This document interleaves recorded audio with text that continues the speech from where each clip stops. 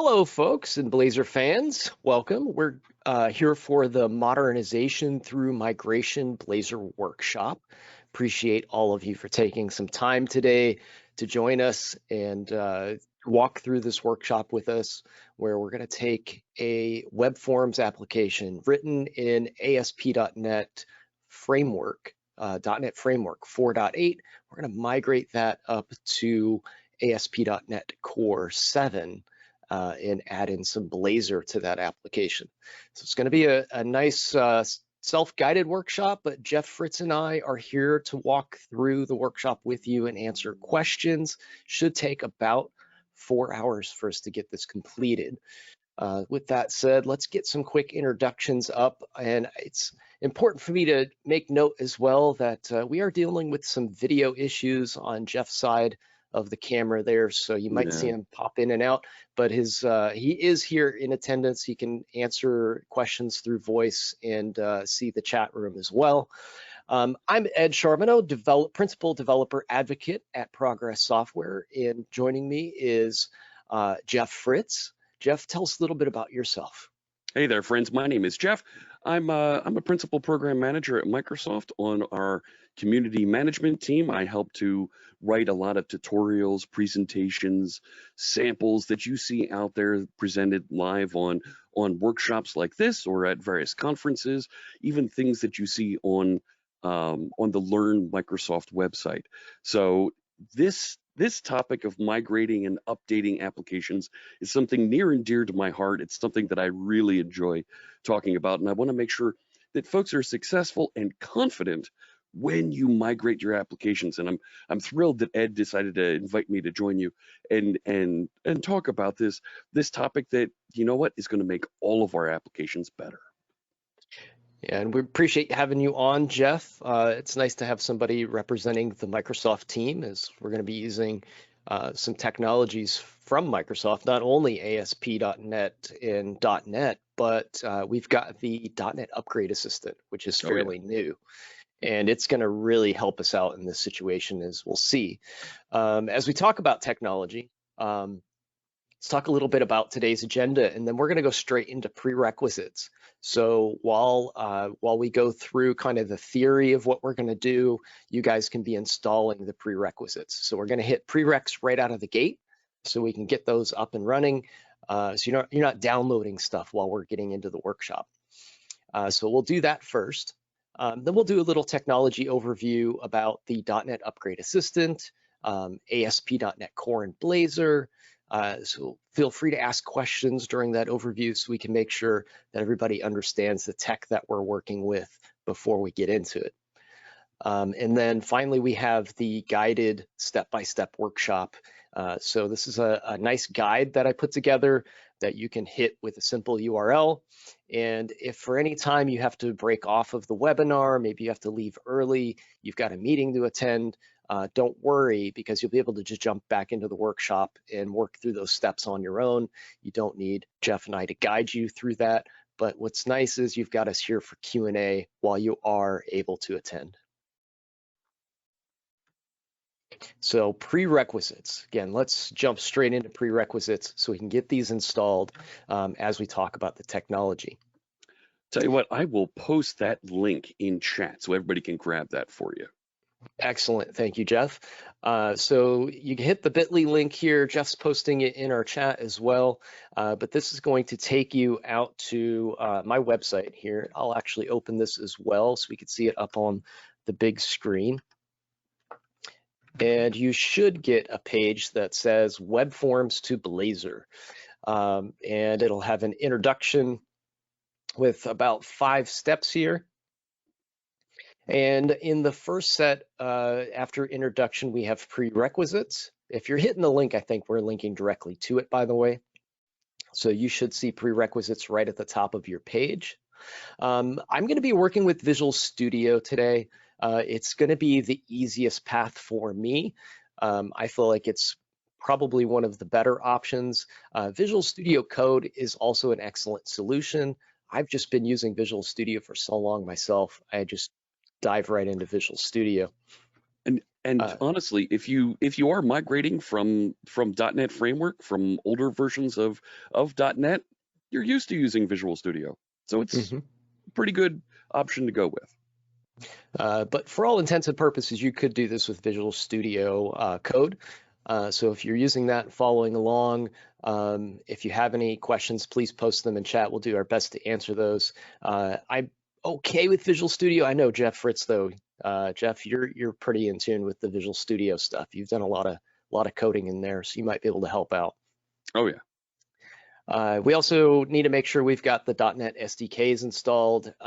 It's okay if you have .NET 8 release candidate on your system, but I would recommend .NET 7 here just to make sure everything's nice and stable for us. The next one on the list here is the Telerik UI for Blazor free trial or licensed product. You're going to need this. This is an absolute must. It's going to really accelerate the migration process when we go into the portion of the workshop to write the views for the application. We've got not only nice UI components that are going to help us, but there's some scaffolding tooling as well. So we need to just jump over to the Telerik page for a moment, and you're going to see an exe file that will download. You install that and you should have everything that you need. If you need to create an account, it's very simple. We just want your email address, username, that sort of thing. Shouldn't be any, there's no paywalls or nothing like that. It's a 30-day free trial, no credit card or nothing linked to that. So just create that free account, download the Telerik UI for Blazor, and get that installed. The next thing on the list is the .NET Upgrade Assistant for Visual Studio. And this is a plugin for Visual Studio that is going to really help with the migration process here. And this, if you're not using Visual Studio, if you're one of those folks using Visual Studio Code, there is a command line version of this tool. Just put the .NET Upgrade Assistant in your search bar. It'll take you straight to that Microsoft page, and there's options to download or use the command line interface for the .NET Upgrade Assistant. And then finally, we'll be cloning the eShop modernizing GitHub repo. So this is an official Microsoft repo that's used for many things, and I think this was mainly created to do some stuff with containerization, and there's some containerization of legacy applications in deploying those in the cloud and whatnot. But there's an excellent solution in here called eShop Legacy Web Forms Solution that is going to be a nice candidate for us to migrate from web forms to .NET 7 in Blazor. So that's what we're going to be using today. We'll be cloning that entire repo and just focusing on that eShop legacy web forms solution that's in there. All right, so we'll get those prereqs installed, and while we wait for those things to get loaded into our systems, we'll try to answer some questions here. Looks like Jeff's already answered a couple of those in the chat room itself. But are there any that we should address publicly here? There's a good question here from Srinivasa about having an ASP.NET 4.8 web forms application and wanting to upgrade to Blazor. Is that something that can be done? Absolutely, that's what we're going to be doing here today in the workshop. So this should give you some insight as to some of the steps that you'll take in making that happen. There's a few things during the manual upgrade process that you'll probably want to pay close attention to, because the Visual Studio Upgrade Assistant will get you a good portion of the way there. But there are some significant breaking changes between ASP.NET on web forms and ASP.NET on core. And we'll get into some more details as to what those things are, but that's where you really want to pay attention to the workshop, because that's the stuff that's going to cost you time Yeah. and patience. And we're even going to give you some tips on how to set up your application in its current state in web forms so that when you are ready to migrate, you minimize the amount of manual work you need to do. Absolutely.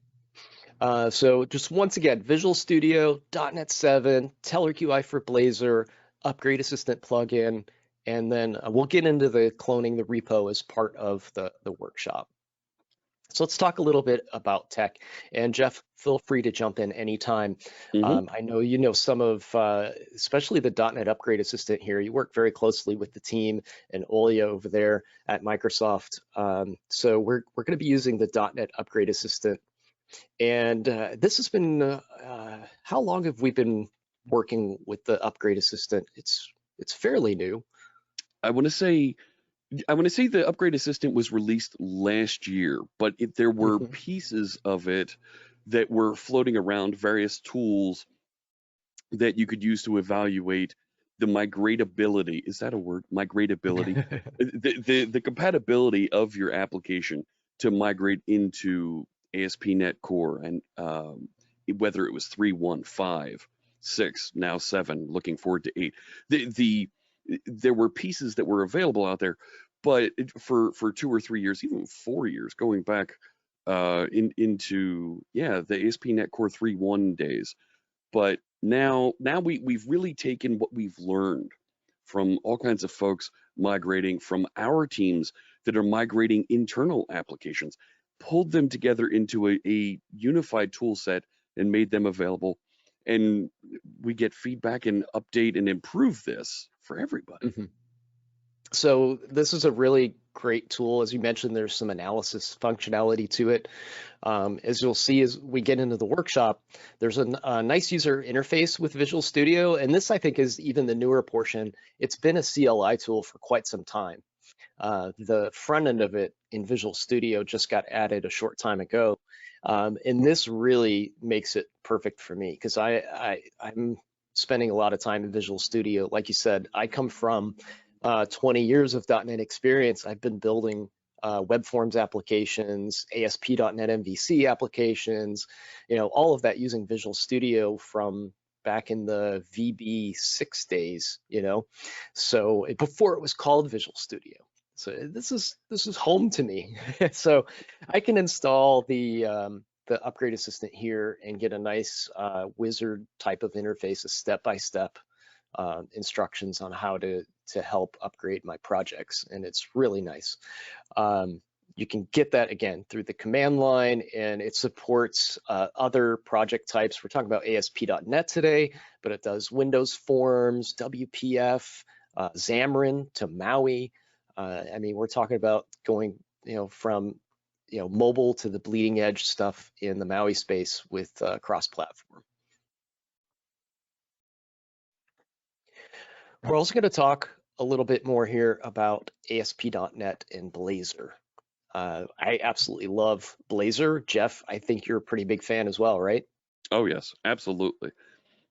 So I'm watching and answering some chat questions here. You see me looking off screen. I'm researching and answering folks' questions. Oh wow, folks have a lot of questions there. I'll let you handle some of those. If you want to answer any of those here on the air too, we can. Well, so we did have a question. I've got two here I want to touch on. We had a question from Todd. Is Telerik UI for Blazor a requirement for this migration or just a suggestion?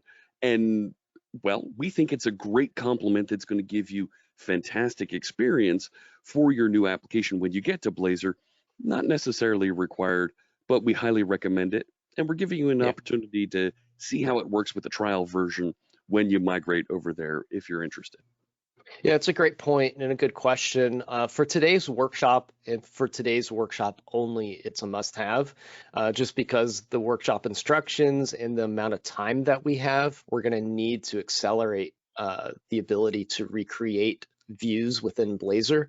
And without the tooling in Telerik UI for Blazor, we won't be able to do that in real time. But if for some reason you choose not to use the Telerik UI for Blazor, you're going to have to write a bunch of components yourself. It's probably going to take you at least a day or two to complete the workshop in addition to what we're doing today. So there's some productivity stuff in there that's really important just for today, but it's a nice chance for you to kick the tires. Like Jeff said, try it out. It's 30-day free trial, no strings attached. So, you know, join us and try it out today if you'd like, and see how it works for you. So ASP.NET and Blazor, it's a full stack .NET application. Like you can do ASP.NET on the back end and have web API. You can have your MVC views, Razor pages, all of that stuff. But Blazor is part of that ecosystem. It's part of ASP.NET. So it fits right in there, and you can easily add Blazor to existing MVC applications, Razor pages, things like that. It's truly full stack .NET, no JavaScript on the front end. Might have to write a little bit now and then, but it's really, there's a lot of nice packages out there on the NuGet ecosystem, third-party vendors, stuff from Telerik that fills in the holes where the framework just can't cover every scenario.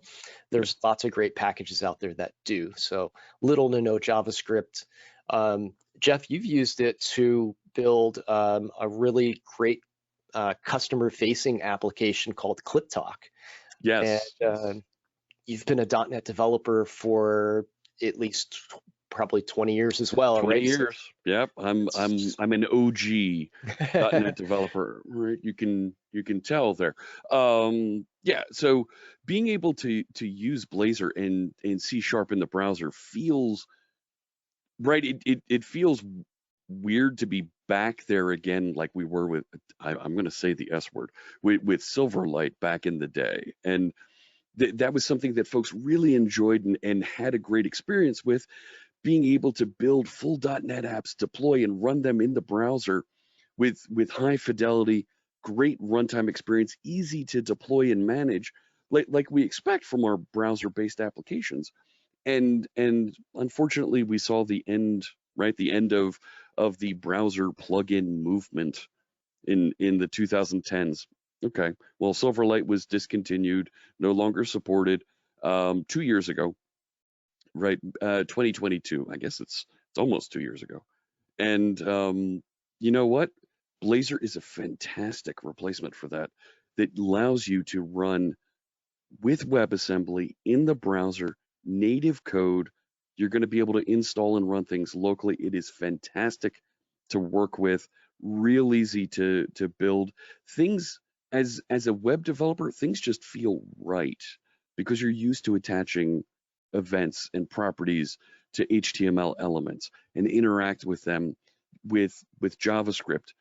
But being able to pivot and do that with C# code, where I prefer working, oh my gosh, it's a breath of fresh air. And knowing that WebAssembly is a component of HTML5 means it's not going to be deprecated. It's not going to be removed.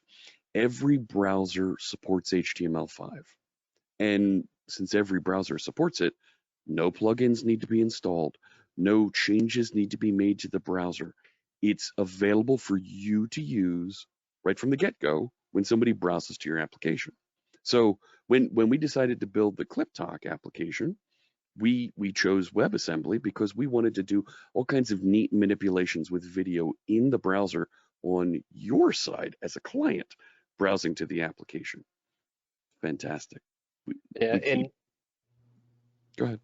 Coming from a background of .NET, like the learning curve is like super low for me. Like this feels like home, especially if you've done web forms before. It's not web forms, but it's, so much .NET is similar that it feels that way.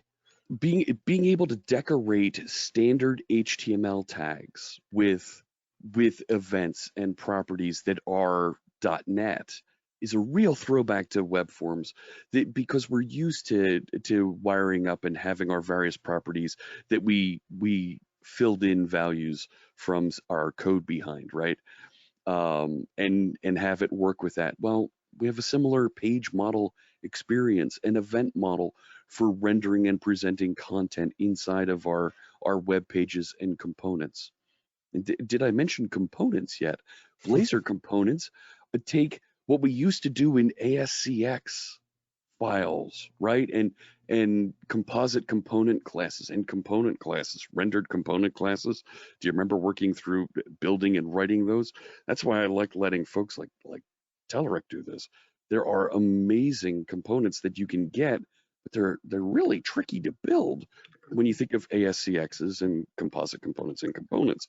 But when I can put them into a Razor file with Blazor, deliver and manage my own user components that I want to reuse across my Blazor applications. And I'm not going to say WebAssembly, but my Blazor applications. That gives me and my organization a great way to standardize how our applications look, feel, and behave. That's a huge benefit for us. Before we get into the tech stack on, like, you mentioned some, web standard things like WebAssembly and Razor files. I'm going to hit a couple questions real fast because there's some good stuff coming in here. So let's see. First one is specifically a question about Telerik, but it actually will, I'm going to kick it back to a .NET thing. So it says, we're currently using Telerik ASP.NET for AJAX controls with .NET 4.6 projects. Thank you for being a customer. Does Telerik have any tools to help migrate these controls to controls in Razor, or will there be any guide to evaluate this kind of migration? This is a real tough one. Okay, so my take on this, Jeff, is they're two totally different worlds, and I don't think we're going to see a tool that can migrate forms to, web forms to Blazor, regardless of additional tooling, Telerik or otherwise. They're just completely different things, unfortunately. They are. There's, and I mentioned. I'm going to just tiptoe down this route. There are, because you can build your own components, there are ways to build components that have the same name as something you might have used in web forms. I started a project, an open source project to do that. There wasn't a lot of pickup on it, but and that was for the standard controls that shipped with web forms. But you can certainly create your own components that have the same name. So you can just, it's not compatible, but at least you can copy across your code and inside your component, go do whatever it is that you want to do. Then at least your markup can be similar. It's not going to be identical, but similar. Mm-hmm. And it will help as a shim to get you where you want to go. Like Ed says, there's still code there you're going to need to rewrite by hand. Yeah, it's going to be a very manual process for UI, unfortunately. They're just completely different technologies for the UI portion of it, which I think segues well into Robbie's question as well. We have an Angular .NET Framework application. Can the .NET Upgrade Assistant help transitioning this to C# and Blazor? Yes and no. So it's going to be the same type of issue. The front end, you're kind of on your own there, but since it is Angular and JavaScript, as long as there's no intermingled .NET in there somehow, your backend, it will help you migrate as far as possible. And as you'll see in the workshop today, there's still a little bit of manual bits in there. Well, I think the follow-up question for Robbie is, how much of ASP.NET are they using with that Angular application? If it's just Web API, that Upgrade Assistant's going to get you over 100%.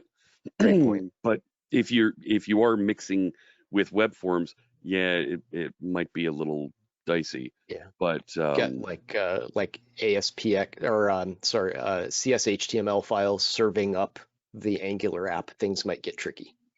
Could get tricky. Yes.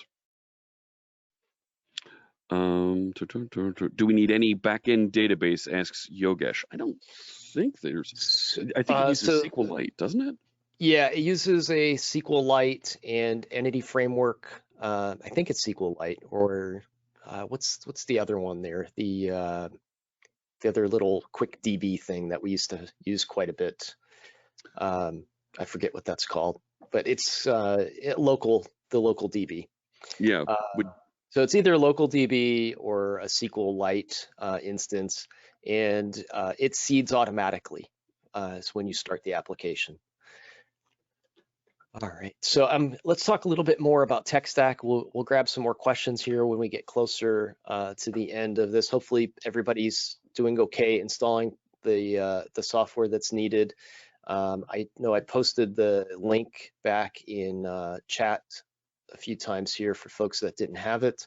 But I just want to do a quick breakdown of Blazor versus what people might assume Blazor is. So I get these questions quite a bit. So as you'll see, it is in fact client-side C#. We do get to write .NET instead of JavaScript here. It uses web standard technologies. So it's all things that ship with the browser. Jeff, you mentioned this. It's like one of the best things about Blazor. It's built on web standard technologies. WebAssembly is one of those things. Today, we're actually going to be using Blazor Server. We'll talk a little bit more about what the differences are there, but it's worth mentioning WebAssembly. Maybe we can do a quick wrap up before we even begin here, Jeff, about what's coming in .NET 8. Sure. Just a real quick one, because these things become a little more / less relevant, if that makes sense. I know it makes sense if you know what I'm talking about. We'll get there. It's all .NET standard technology. It's great stuff. What it's not a plugin. It's not web forms. It's not Silverlight. It's not transpiled JavaScript. We're not doing TypeScript type things here. We're actually relying on web standard technology, and that's what makes this great.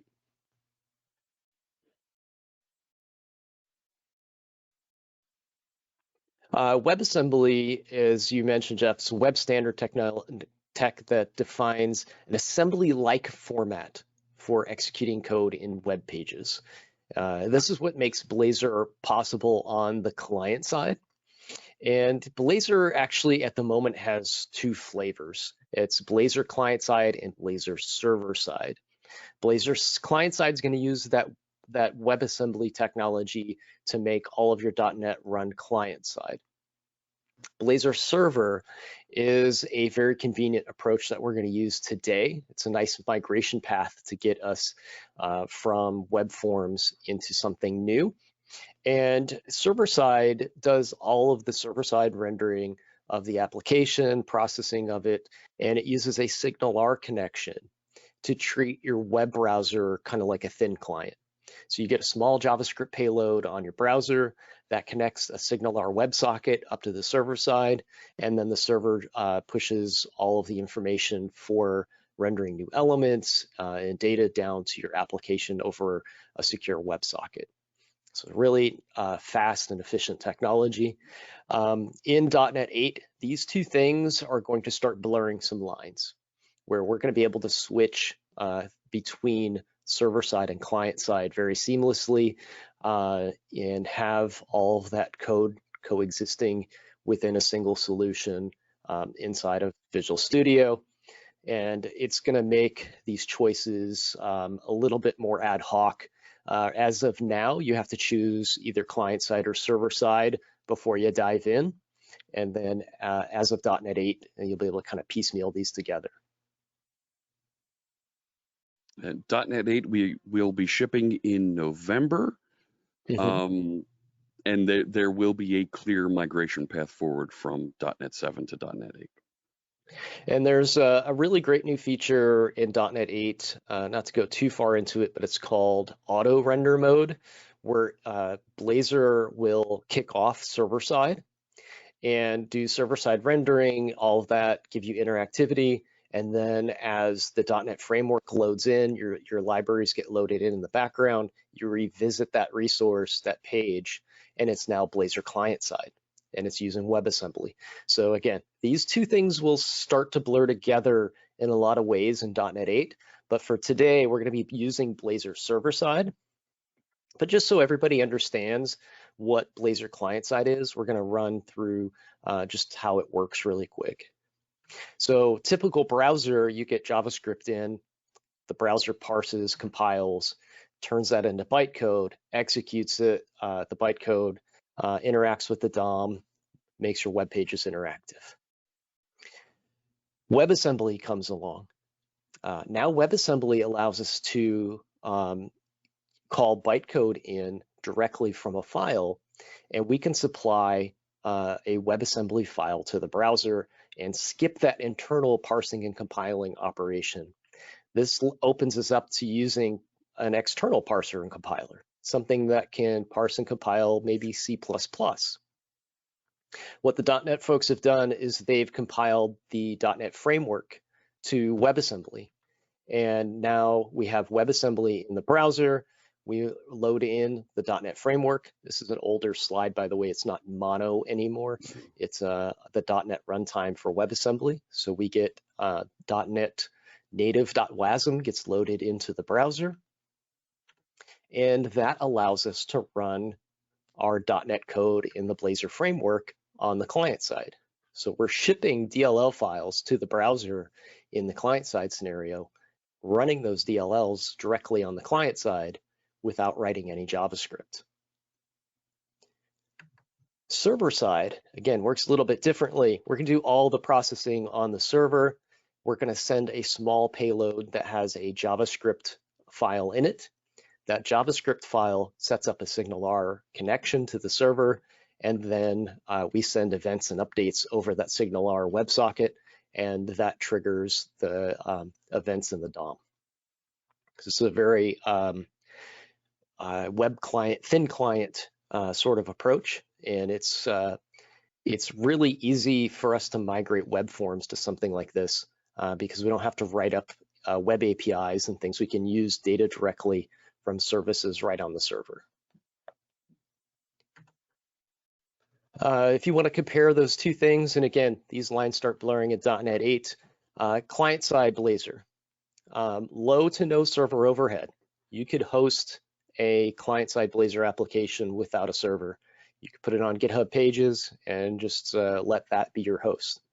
It's RESTful, which is a very familiar territory for people that have written web apps with JavaScript. You're calling web APIs. You're expecting the app to be in this RESTful state, which means it supports offline, which is nice for PWA or progressive web app capabilities.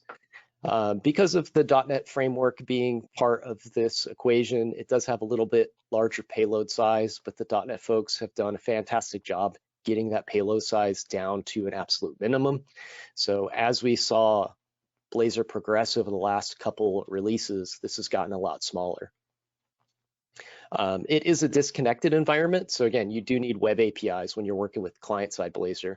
And it's slightly less performant than your native executable code would be in a .NET application because of the WebAssembly .NET instance and the way it works. Server-side Blazor, that tiny payload size, just a little bit of JavaScript to get us up and running. There's a lot less abstraction. You don't need web APIs necessarily to use server-side Blazor. You can work with the resources that are already available there on your server.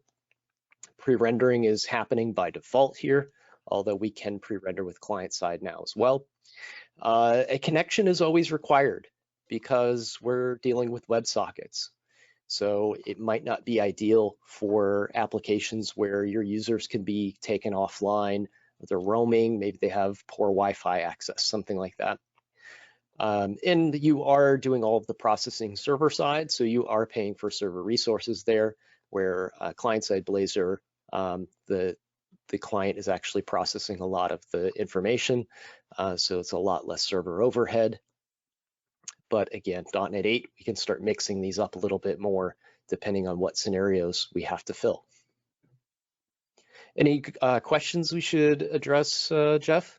So let me go to this question from Yogesh. So a couple folks here asking, well, which one should I choose, client side or server side? And just covered on this slide. But Yogesh asked a question about, would you recommend going to .NET 8 instead of .NET 7? It looks like layout sections in .NET 8 is similar to how master pages work in legacy ASP.NET Framework. Now, Yogesh, layout sections are just a little bit different. Layout components in Blazor are identical to what you had with master pages in ASP.NET Framework. So the layout concept with renderable sections very similar to what you had for master pages and the various child sections that you could have there. Now, all of that said, going to .NET 8 is in release candidate now. We're expecting to see it be released in November. There's still changes being made. There's still fixes that are being put in place. I would normally recommend folks move forward with .NET 8, but Blazor is coming in with a lot of changes still. The folks on the community stand-up you'll hear are still doing a lot of work trying to make sure that they have a complete feature set for the release in November.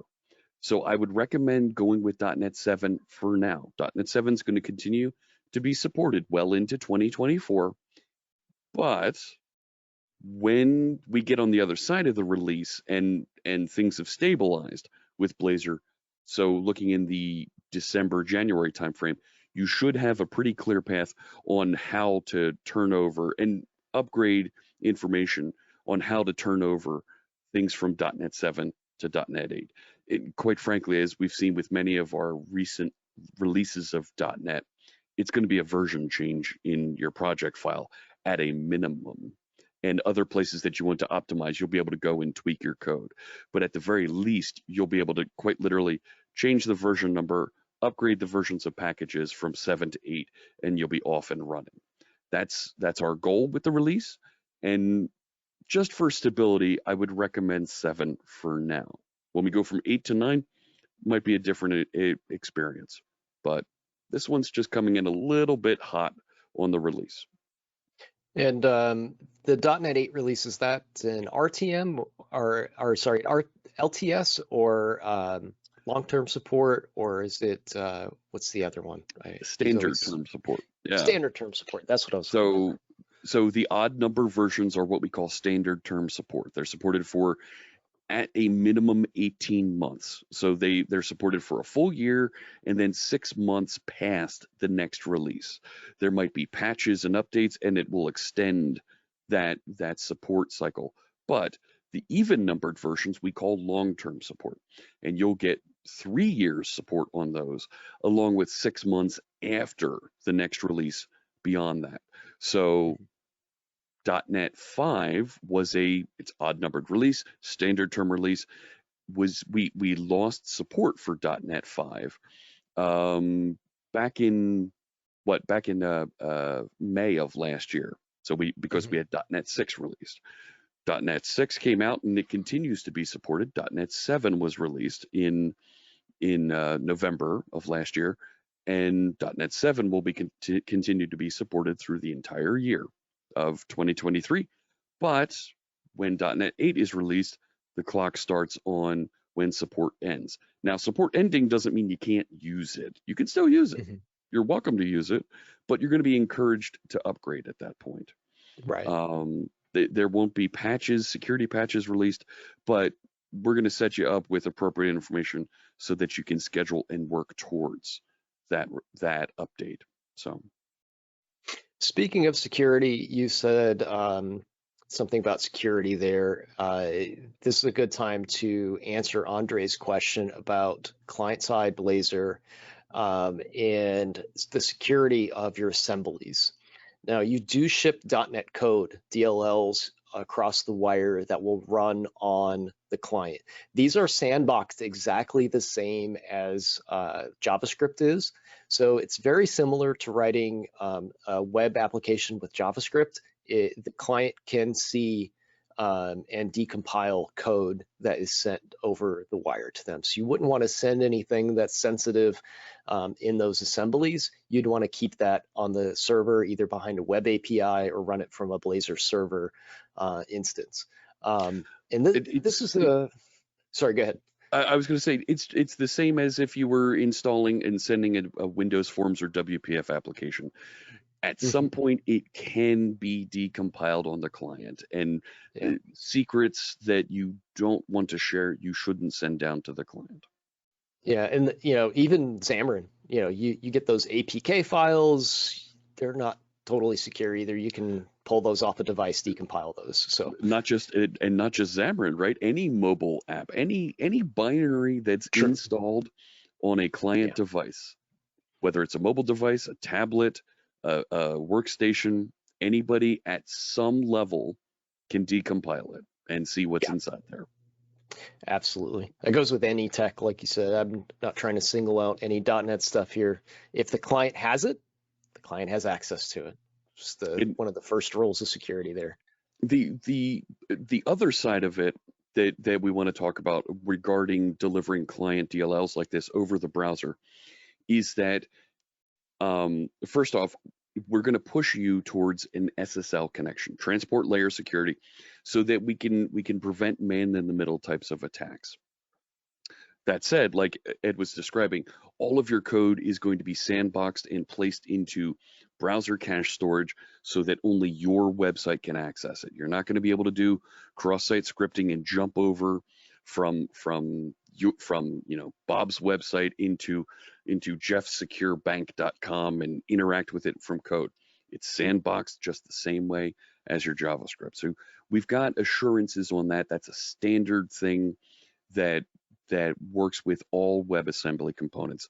And .NET is just taking advantage and applying and sticking with those standards when we deploy those client-side libraries. All right, I think it's time to get started. We'll try to answer questions as we go along, but I want to try to make sure we get to rewriting some of these Blazor views today, because that's where the fun part is, at least for me. I like the front end. Yeah, absolutely, I do. But I want to make sure folks have been asking, hey, are we going to be able to watch the recording later? Oh, yeah. Thanks for bringing that up. So if you want to see the recording later, it will be available at telerik.com/webinars. If you signed up and got an email, which you probably did, if you're here now, you should get a follow-up email as well with a link to the recording. And those will all point you to our YouTube page, which is youtube.com/Telerik. So any of those resources will get you there. It takes about a week for us to process everything and get it posted online. All right, Jeff. First thing we need to do is have a project that we are ready to upgrade. And for the workshop today, I tried to keep the scope as small as possible so we could get work done and see some progress. So I found this eShop repository.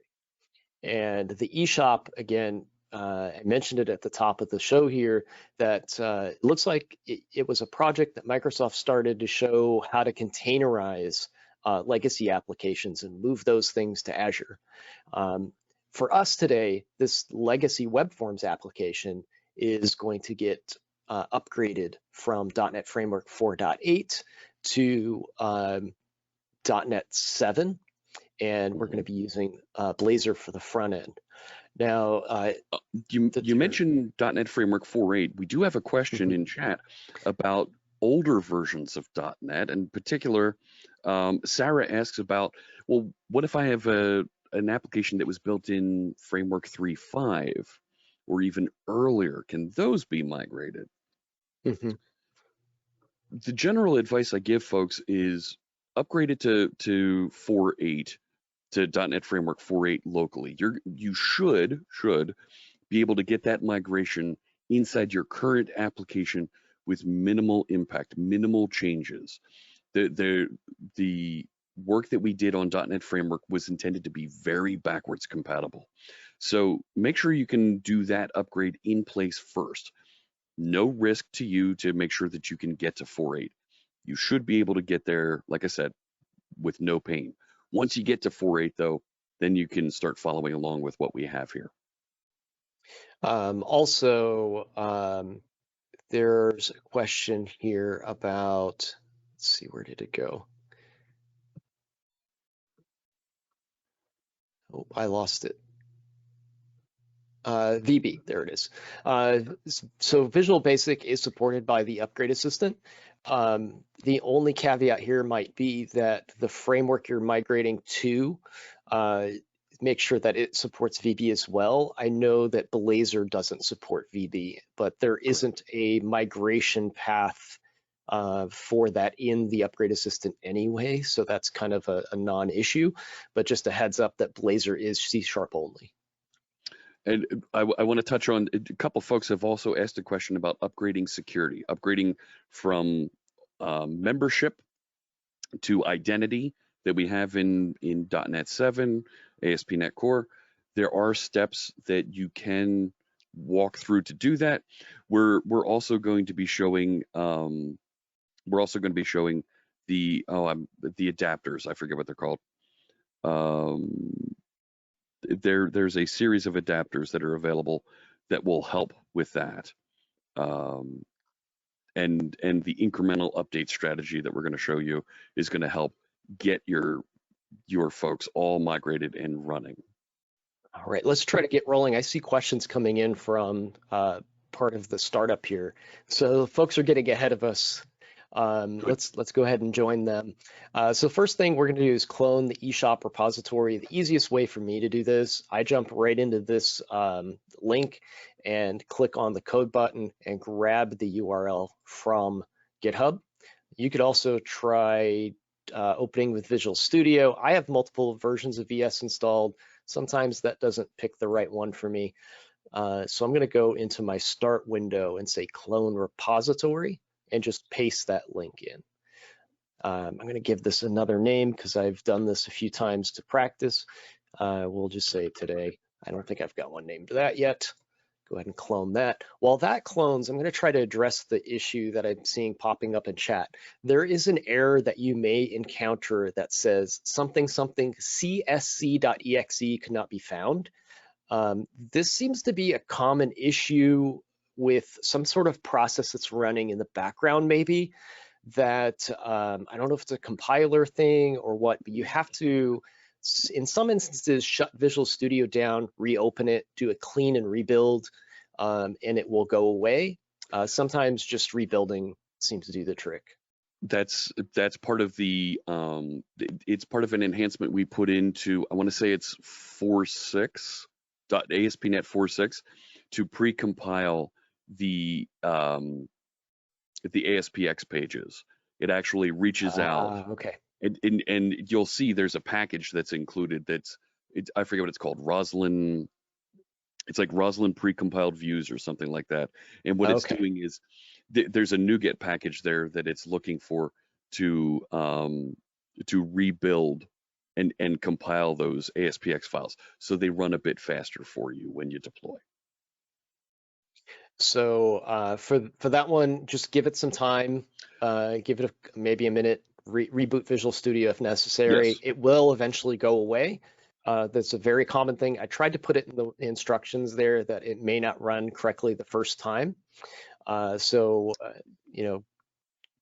Just remember it will eventually, that will go away. Yep.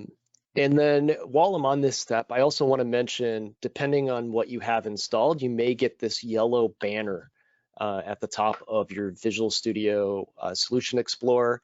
I don't know what this might be on Visual Studio Code, but it will say, based on your solution, there's other dependencies you need to install. Just hit this button. It's going to take a minute. It might kick you out of Visual Studio to finish, but this is going to give you all of the dependencies you need to run the web forms application. I haven't done web forms on the system in quite some time, so I had to do that yesterday when I was practicing this. And anything there, Jeff? It's downloading and grabbing a bunch of NuGet packages to install in the background is what it's doing. When you look at particularly for this project, there is a ton of NuGet packages that it's installing. So if you don't have them installed and available locally on your system, it is going to take a little bit of time to go and download them. Particularly the one, and I just found in the source code, the one that brings up that CSC error is Microsoft.NET.compilers. If that one isn't installed yet, it will take just a little bit of time to pick up, and that error will eventually go away, as Ed was saying. When you clone this, you'll notice there's multiple solutions in this file.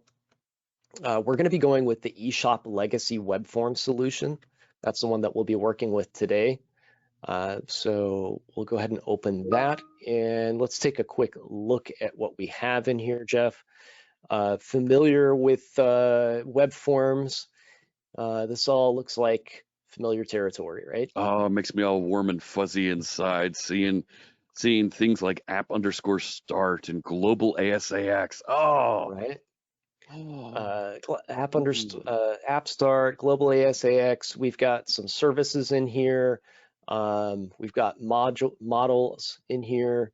So couple forums It makes me want about to open packages config just to stare at the XML and cringe. bundle config. So we're doing some bundling and stuff in here. Some of this stuff we'll see has some major changes to it. We'll get into that Absolutely, very it has shortly. some major changes. Um, and right, to be clear, we're migrating not just because we want to modernize, but you're going to see significantly better performance, modern security techniques inside your application, right? And modern web techniques that are going to make you more productive working with your application. And here's that Roslyn CSC EXE kicking off there. So I'm going to give this one a. Yeah, try right-clicking on the solution, and there is a restore. I believe it's on the solution. You can restore NuGet packages, and it'll kind of force that to happen. There you go. And it says it's restored. Yeah, let's try clean and rebuild. It was a little bit stubborn yesterday when I tried this. I ended up having to reboot Visual Studio. I'm glad you can still hear and see me, by the way. I had that dreaded USB disconnect, reconnect sound, the last sound a streamer wants to hear when they're live. It did it right when I hit play or start on the project there. There we go. So a little clean and rebuild sometimes does a trick. There you go. So this is the application we're going to be upgrading. Again, I kept it simple so we could try to get this done in a couple hours. So it's your usual forms over data type of an app. It's got a grid view. We can create a new item by going to the create page. We've got a simple form here with some validation in it. We've got the ability to edit, which brings us to a very similar page. Gotta love the CSS there. We've got a details page, and we're able to delete an item, which gives us a confirmation page that we can delete from. So that's the whole app. That's literally the app. Again, simple, just so we can learn about some of the tooling that's involved and some of the breaking changes along the way. You have to start somewhere before you try to boil the ocean, right? Absolutely. All right, so there's our eShop application. We kind of identify we have app start. We have the catalog folder, which has some of our create, update, delete views in it. Model folder that has some database stuff for the application, data models, etc. Modules. This folder has dependency injection. So we're using AutoFac here, which AutoFac still works in modern.net, but we also have dependency injection baked in through .NET these days. So we will spend a little bit of time in here with AutoFac as well. If you're not familiar with AutoFac, it's a very popular dependency injection framework for .NET framework in modern .NET applications. There's some data services in the services folder, and then there's a view model folder, which has some projections for the data that's being sent to the main view. This is just a little bit of housekeeping. I like to kick things off just by starting a new branch here, calling it migration, so we can track some of our changes as we go. You can feel free to do whatever you like here, track your changes with each step, just in case something goes wrong, or not do it at all. It's up to you. I like to try to keep at least some sort of index going. And that's it for the first step. That's setting things up. We have our app, it runs. We've done our sanity check there. Now we're going to create a new project. And what's important here is we need the Telerik tools for this because we're going to be migrating to a Blazor application that uses the Telerik components. This is going to cut down the time for us to create a new project and add the Telerik bits to it. And it's also going to give us a little bit of a UI to get started with. So this gives us some nice look and feel out of the box. So when we create a new project, we are going to be creating a Telerik UI for Blazor project. Again, if for some reason you didn't want to do this with Telerik, you could just create a new Blazor server project, but you're going to be missing out on a lot of the productivity tools here when we get to step 4 and 5. So from the application, if you do not see these menus come up in your application or your Visual Studio instance, there is a link to the Visual Studio Marketplace for the Telerik Blazor extension. That's normally installed when you install your Telerik UI for Blazor bits. Depending on the installation you chose, if you just did the EXE, it should be fine. You should see these things. If you did the zip or manual installation, you may not have got it. So Visual Studio Marketplace has it. Click the link in the instructions to get that. But we should be able to right click on our solution here and say add new project. And in the top here, we can say Telerik.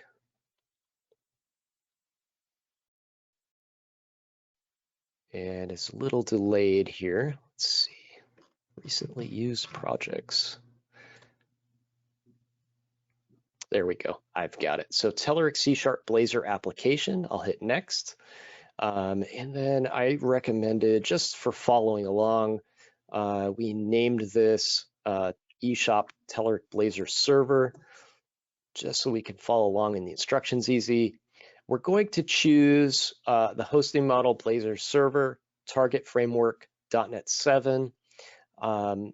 If you only have .NET 8 or .NET 6, then you can choose those, but .NET 7 is what I used, so you may run into some issues that I did not run into. So keep in mind, the best for today would be .NET 7. I'm going to choose the CRUD form and chart layout. And this is that free stuff that I was talking about. You're going to get a nice looking application right out of the box with this new project template. So some value add stuff that we're doing on top of just the Microsoft Blazor stuff. I'm going to choose the default ocean blue theme because it has accessibility baked into it.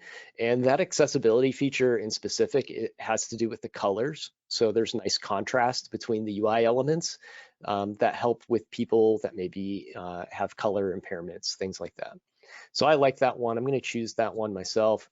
And we can use CDNs here. We're not going to be talking about localization today, but it is an option just for a little heads up there. We'll go ahead and hit finish, and that will scaffold out our new Blazor application. This is going to be the target that we're migrating to. So we're creating a new app, and we're going to move the code to this new app. Depending on your needs, you might have a different migration strategy. This is one that I found that offered kind of the best of the best path forward for this type of project. So we're going to be doing that side-by-side migration today.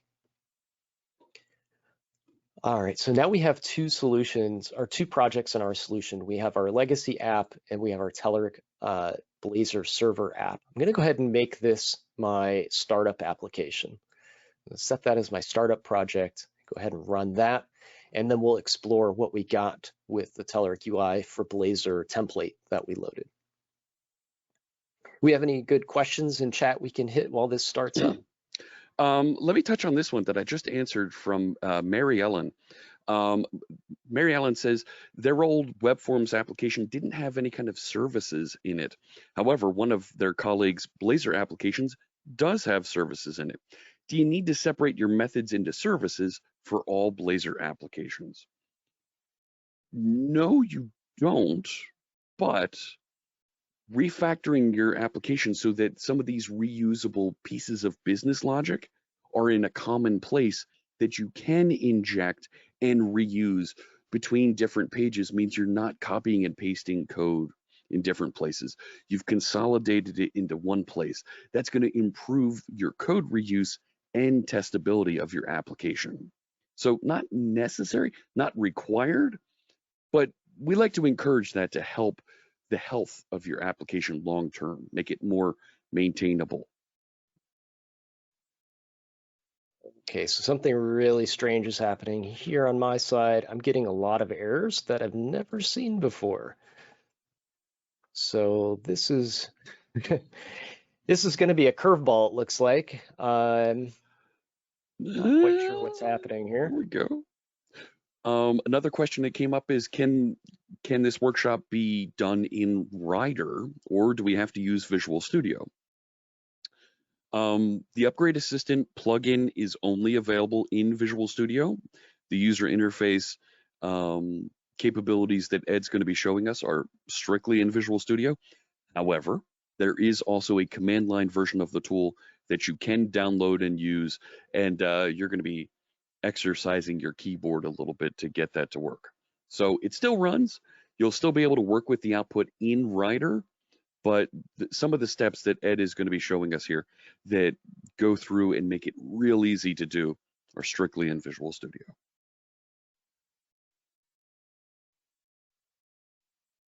I'm not quite sure what the issue is here, so I'm going to try the reopening Visual Studio.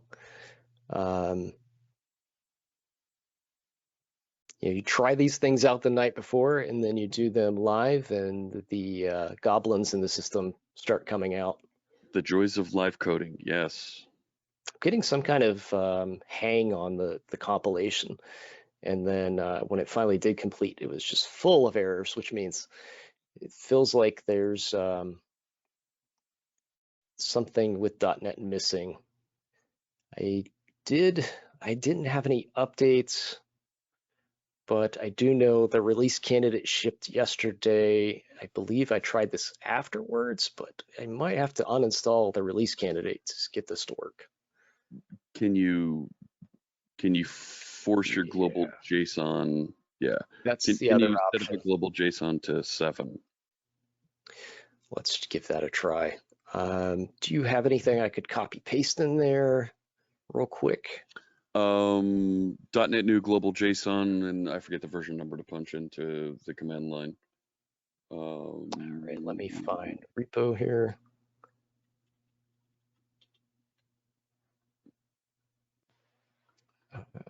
Shoot, find it faster through Visual Studio. Right.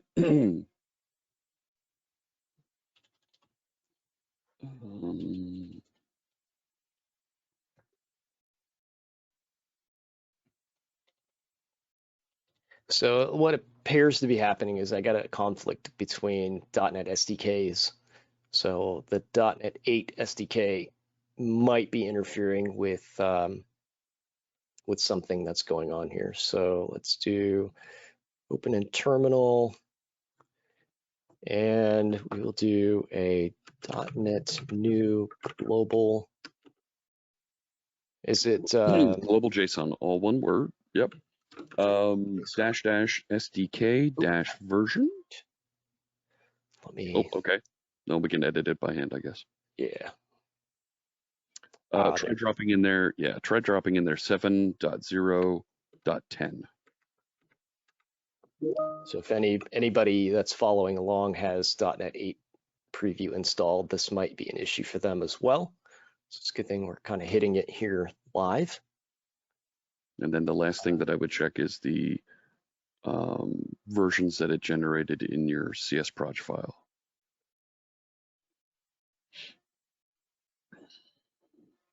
So it says target .NET 7 or build errors. Let's see what we get. Yeah. All right, let me just uninstall the .NET SDK.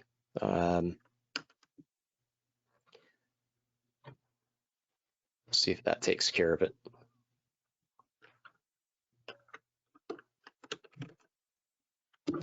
Let's see, how's it in here?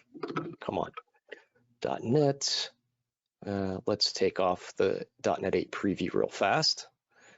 See if that resolves things. It was installed with Visual Studio. Oh boy. Okay. Let's try the global JSON one more time. Down in your command line, let's run .NET space -- info and see what versions you have here.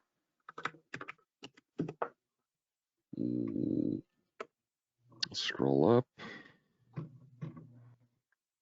Yep. No, you don't have 7.0.10.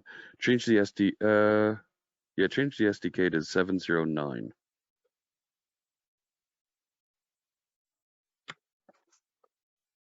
Try that again. I don't think that's it though. I think there's.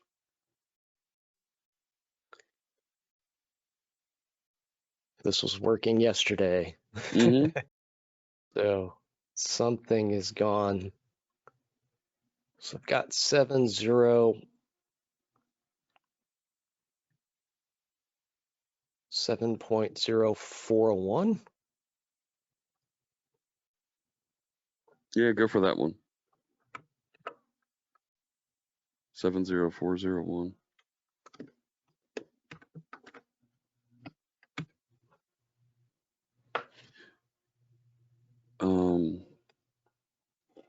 So what happened is I updated Visual Studio yesterday before I closed out my work for the day. And that little installer seems to have thrown a wrench in the system for today. Oof. Okay. Let's try to take it out of there.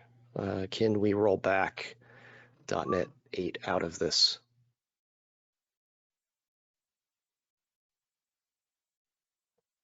Where would that be? What did it do? No, it's going to be in individual components. Top tap. And scroll There's down there. .NET 7.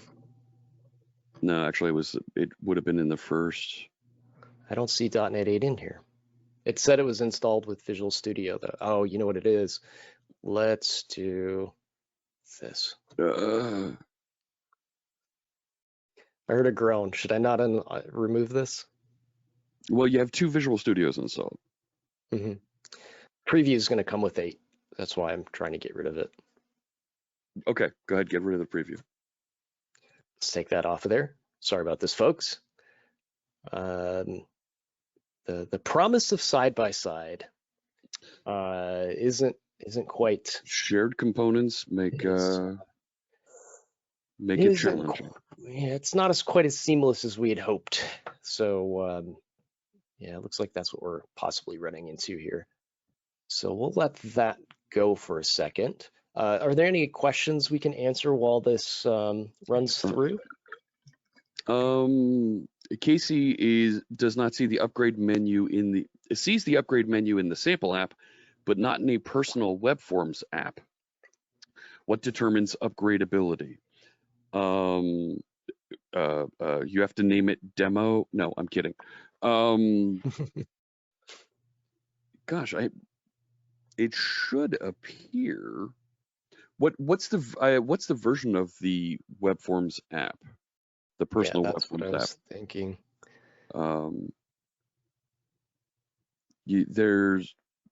There might be something a little wonky in there. I'm not sure.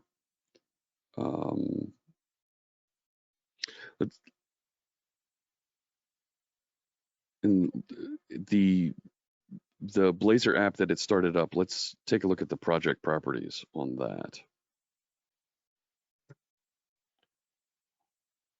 While you answer that question, I'm going to see, I've got another one that I ran yesterday where I tested this. I'm going to see if I run it from the command line. Yeah. Michael asks, I'm unable to run the project in Visual Studio. Running it results in the browser saying the connection for this site is not secure. Any ideas? Yes, Michael. So starting with .NET Core and now .NET 5, 6, 7, and 8, we enforce secure sockets HTTPS connections by default. So what's happening is you don't have the developer certificate installed. Now, when you ran the application, it should have started and prompted you to install a developer certificate so that you could run with that secure connection. So there's several ways to fix this. If you try to rerun the application, it might prompt you again. The other way to fix this is to go to the command line, and the command you're going to want to run is, let me make sure I get the syntax of this right, is going to be .NET dev certs. Let me make sure I get this right. I think it's, because it's one of these things you do once on a workstation and then you just kind of forget it. I think that's it, yeah. So run .NET dev certs HTTPS -T, I believe is what we need to do. Yeah. Yep, so let me copy this into chat for you. So to fix the untrusted application error, install the developer certificate. So this is a certificate that is only good on your machine. Nobody is going to be able to connect in and get a valid response. So because it's only for localhost. So that your security team shouldn't give you any grief about doing this. And if they do, tell them Fritz says so. That you're okay running this. There you go. There's the command in chat that should give you exactly what you need to restart that. Yeah, every now and again, right, you get version collision challenges like Ed's running into, and this is some of the challenge of running pre-release code and migrating back and forth, preview versions of things. I keep seeing a .NET 8 in here that I cannot seem to get rid of. Let's go back into the application and see how it builds. It's still saying that it's looking for .NET 8 preview 7 dot whatever.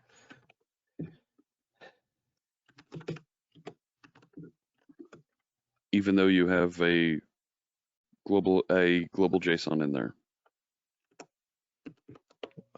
Let's see. Let me make sure. No, I don't see global JSON there. It's in this one. Okay. There's a question from Angela. I've been getting this question a lot. I'm happy to take this one while Ed works through here. I see Visual Studio for Mac will be discontinued. Can I use Visual Studio Code to work with Telerik Blazor? Absolutely, you can. Visual Studio for Mac is still going to be available for folks to download and use for the next year. It's still going to be available after that. You're welcome to continue using it, but there will not be any future investment in adding features, adding capabilities to it. That said, Visual Studio Code has a plugin called C# Dev Kit that your Visual Studio license grants you access to use entirely. So you'll have a great experience as DevKit evolves. We're still looking at a very early version of DevKit, but as it evolves, you will have a great experience in Visual Studio Code working with Blazor. Now, because we're updating and putting this into Visual Studio Code, that means it's not just going to be working great on Mac, but also on Windows, Linux, and in the browser when you use tools like GitHub Codespaces or Microsoft DevBox, those places where Visual Studio Code is hosted and can run extensions. You're going to have a great experience there, and we feel like that is a better investment of the development team's time because it helps everybody, not just the folks on Mac. There we go, Ed. We're back in action. Long enough to get you back up to speed. Thank you so much for buying time there. I was able to go to the solution I started yesterday, and it seems to be working now that I removed .NET 8.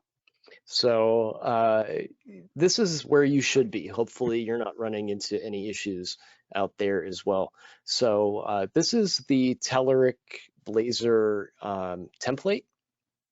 And I wanted to give kind of a deeper overview into this, but since we got hung up a little bit on time there, I want to make sure we have time to get through the workshop.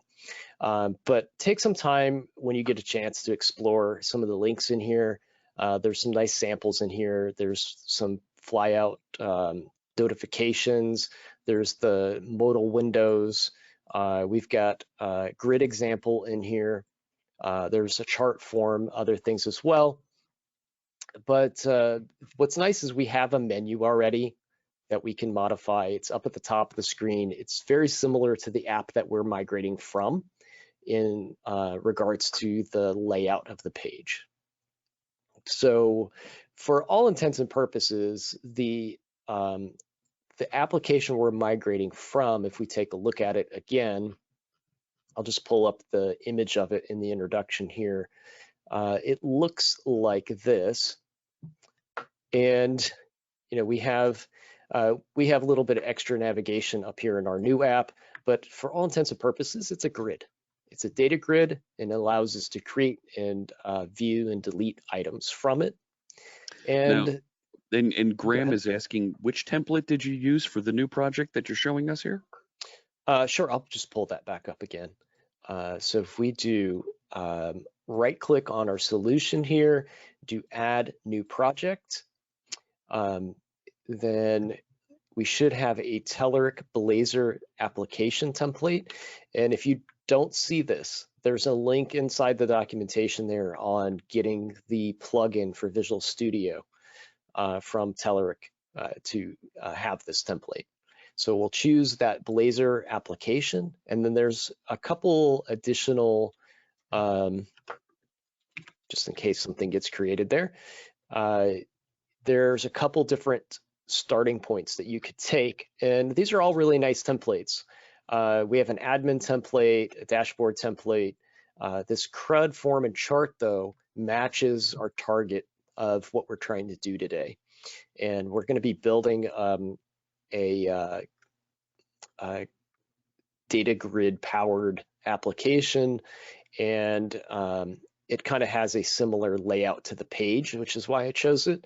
The dashboard and the admin have very different layouts than this one, but they're nice starting points if you're doing kind of like a back office. That admin one is really good. If you're doing a reporting type of an application, the dashboard gives you, kind of like that widget style layout where you can drag and drop resize components on the page.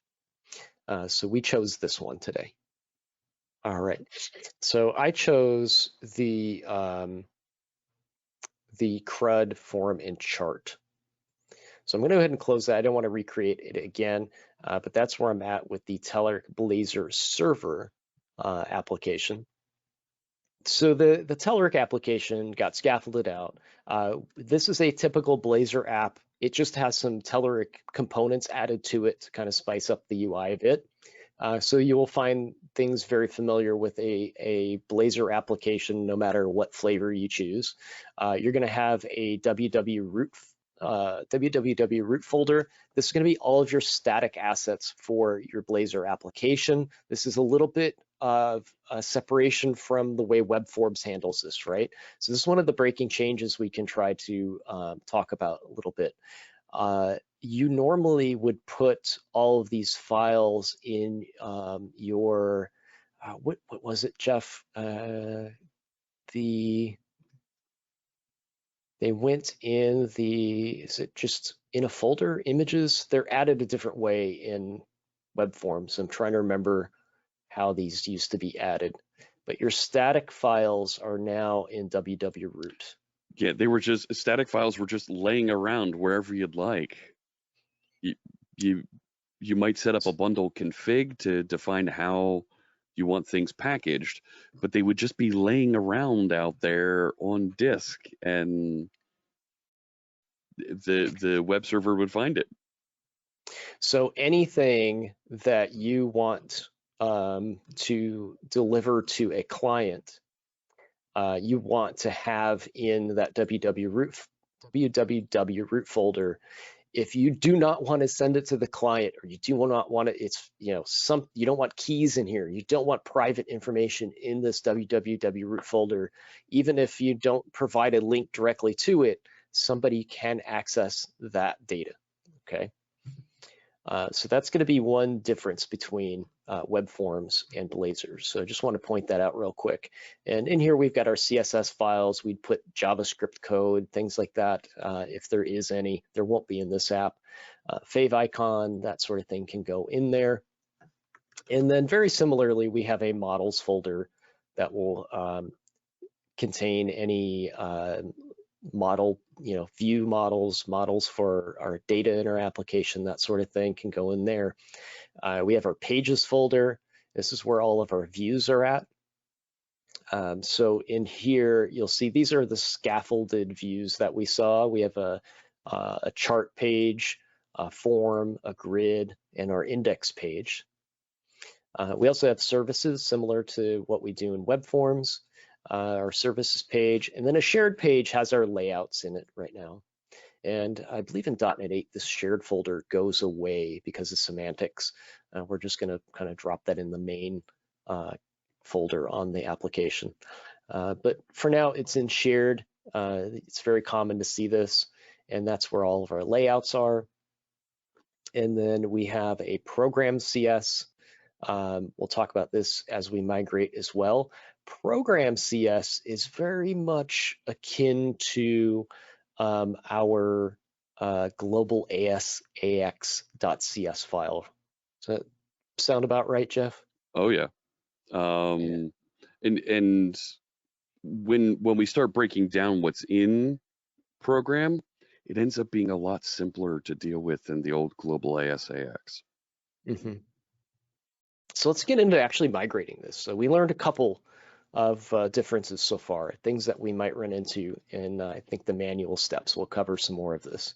So we should be able to right-click on our legacy project, and then we should see an upgrade menu here. Now I'm going to click on upgrade. Let me close this tab out too. There we go. So we've got our upgrade wizard now. It shows a panel, and we have some options. We're going to choose upgrade to a newer version of .NET. So I'm going to choose that. And I believe it's just getting this from our project type. The only thing it has available for us is a side-by-side upgrade. And let me double check the instructions here. Yeah, same in the instructions. I couldn't remember if there was another option last time I looked here. It says it places an ASP.NET Core app in front of a fallback ASP.NET app via YARP proxy and routes that are not handled in the new application. YARP proxy, that sounds confusing. What is that, Ed? All right, so we're actually not going to deal with that today, but it is very much worth mentioning because I know in chat here in the audience, we have a lot of folks that are doing MVC, web API applications. So what this is, a YARP proxy lets the existing legacy application run its web APIs, and then the proxy steps in and kind of patches those web APIs to the new project and lets the new project access those backend APIs from the old project. Did I get that right, Jeff? Yeah, right. It's a reverse proxy. It's just another piece of software that acts like a router that sits in front of your website and redirects requests appropriately between either your old app or the new content. One of the people that I look up to for this sort of thing, Jimmy Bogard, has some great posts on his website, and I'll post this here. I'm going to throw this into chat, Jeff, if you can share it out to all the folks. This is just a friend's blog that I like to go to. He has some stuff about migrating that he's writing about at the moment. So there's some additional information here that you can find on his website. And he's got some diagrams here of how that YARP proxy works in his post, Tales from the .NET Migration Trenches intro. He talks a little bit about how that YARP proxy works. So this helps us with a side-by-side migration strategy where we have Web API involved. For this project, there is no Web API. We're doing strictly web forms and some services, and we're doing Blazor server, which all runs on the server, so there's no Web API needed. This is a nice migration step if you do not have Web APIs. But again, it's definitely worth mentioning these YARP proxies. Since they're not used in this, we'll actually get an error that we have to resolve. So I'm going to hit next here. This is where we have two options. We've already created a new project, so we're going to say existing project. And we're going to hit next and choose the eShop Telerik Blazor server. That's our file new project we created just a few minutes ago. And I'm going to choose .NET 7. So we have support until May 2024 there. Hit next. And then we should be good here. It's going to do its thing. I'm going to go ahead and hit finish. So this is scanning the project, upgrading. It did it very quickly, very, very quickly. And let's see what we've got so far. We'll go ahead and click done. It's just a little status report here. It says it initialized the YARP proxy, which again, we're not going to use, but we'll see in a few moments how that affects us. If we did have those YARP proxy and endpoints, it would be in this Endpoints Explorer. Again, we don't have those in our project. So if you're doing MVC, Web API, that sort of thing, you may see some information in here that shows you the mapping of those reverse proxies in there, okay? Next tab over is upgrade. And I think this is where we need to pick up our work instructions again. So if we look, let's see, we've created the migration. We got our summary. There is some mention in here about the YARP stuff again. The first thing is I'm going to remove those unused proxies. So in program CS on our Telerik server application, which doesn't seem to be the start project anymore. Let's go ahead and make sure that's still set as our start project. It's nice and bold there. I think the migration tool sets both projects to start at the same time, which would be helpful, again, in that proxy scenario where you have web APIs you're still accessing from the legacy application. You'd want to start those both to be able to migrate the application properly. But since we don't have that, we get an error. So I'm going to go ahead and remove these services from the program CS file. So this is the first couple lines there that were underscored. So we'll resolve that. And then on line 35-ish, we're going to have this mapping that is also part of that proxy configuration. And that one's erroring out. So there's a dependency that's not available to us because we don't have any sort of web APIs available. And then it asks us, or we're going to remove a setting in app.json file that deals with those proxies as well. So app.settings, we're going to learn a little bit more about this in a few minutes. This is where some of our settings from the web config file have gone, okay? Any comments there, Jeff? Yeah, app settings JSON is just an easier, simpler way for us to write those website configuration things.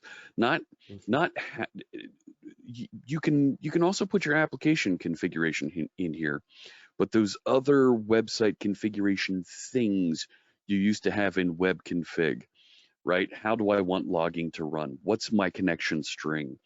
Hey, other configuration options you might need to pass into other packages.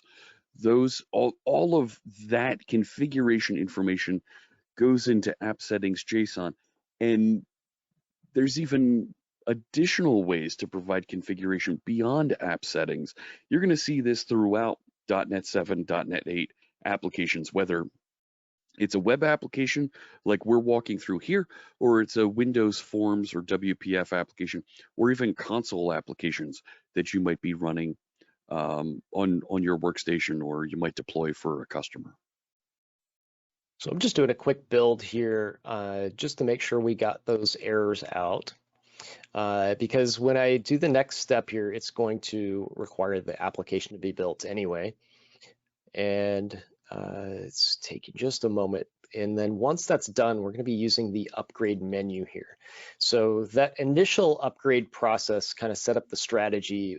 It would have helped us create a new project if we didn't already have one. It targeted the new project and then tried to bridge any web APIs over if we had those. So that's about where we're at. The next thing we want to do is upgrade a class. And I'm going to use this kind of loosely here. You could find upgrade class here. It's also in the summary. You could click it from here. And when I click upgrade class, it's going to ask me which class I want to upgrade. The way I found that this works best, and it might, when I say works best, I mean for this solution, mileage may vary from project to project. We are talking about upgrading legacy projects, and everybody's code is different, right? Everybody's scenario is different. The way this works is if I go to my global ASCX file and I upgrade that, I believe that's, yeah, I'm upgrading my global. This is going to kind of traverse the application, and anything that is referenced here, it's going to try to migrate as well. So again, your mileage may vary here. If you hit global on a very large project, this tool, your machine, whatever the bottleneck may be, this could be process intensive. So just buyer beware there. You may want to go into individual classes and do this from a more granular perspective. But for today, this is like the one shot to get everything. And if folks were asking about upgrading things piecemeal, gosh, I want to upgrade just my orders section of my application, just my accounting section of the application. This is one of those opportunities for you to choose and say, well, let me get just these couple things migrated, and then we can do some other configuration things to let it work back and forth between the two types of the applications. Now, over on the right-hand side, I've got the option for a tree view or a flat view.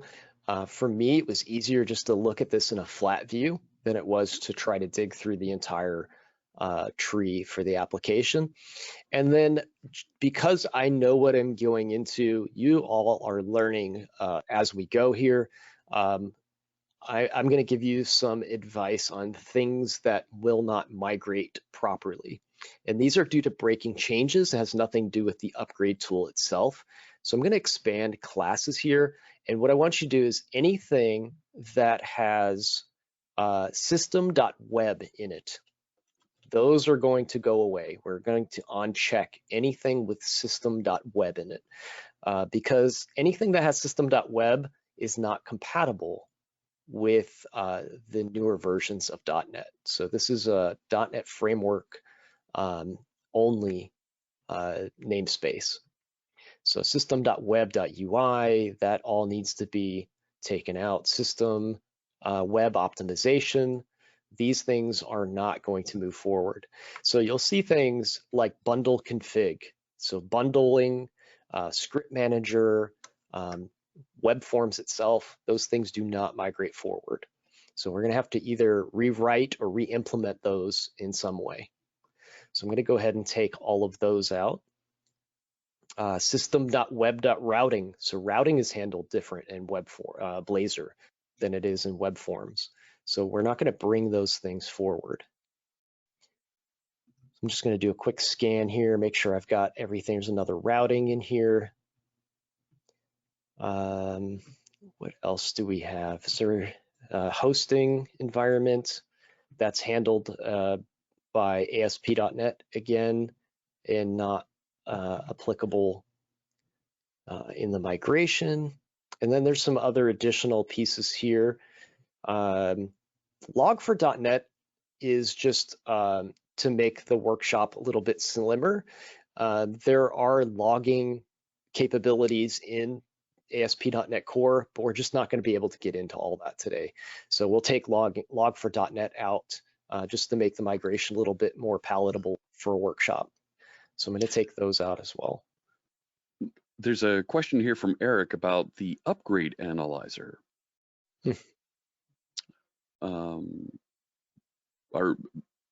we going to take a look at that, or do you want me to answer that directly here? You can answer that. Yeah. So there is an upgrade analyzer that is available. It is, oh my gosh, I'm blanking. What is it? Is it source of? No, it's not source of .NET. It's available from IMO's website that shows all the APIs of .NET. That's what it is. If you go to the website APIs of, right? Isn't that it? APIs of .NET. It's not respond. Yeah, APIs of .NET, and it's taking its time responding to me. It might just be restarting right now. There's a download you can get there that'll give you an analyzer tool that you can install and use to analyze your project, and it will report some of the classes that Ed's going through down below, and tell you whether they're ready to upgrade, whether they need a little bit of work, and it will dump all that in a nicely formatted Excel report for you that you'll be able to dive through and plan your migration a little bit when you do have some code that needs a little bit more work than the nicely formatted code that we have here in the demo. What we are seeing here that Ed is showing us that I think is a good practice that you can work towards with your existing application. You saw how there's models in a specific folder that don't have user interface concerns, and there's entities and things that interact with the database that are isolated and in one place that use entity framework 6, I think in this case, and they're in a good place so they can be upgraded to the .NET 7 version of entity framework.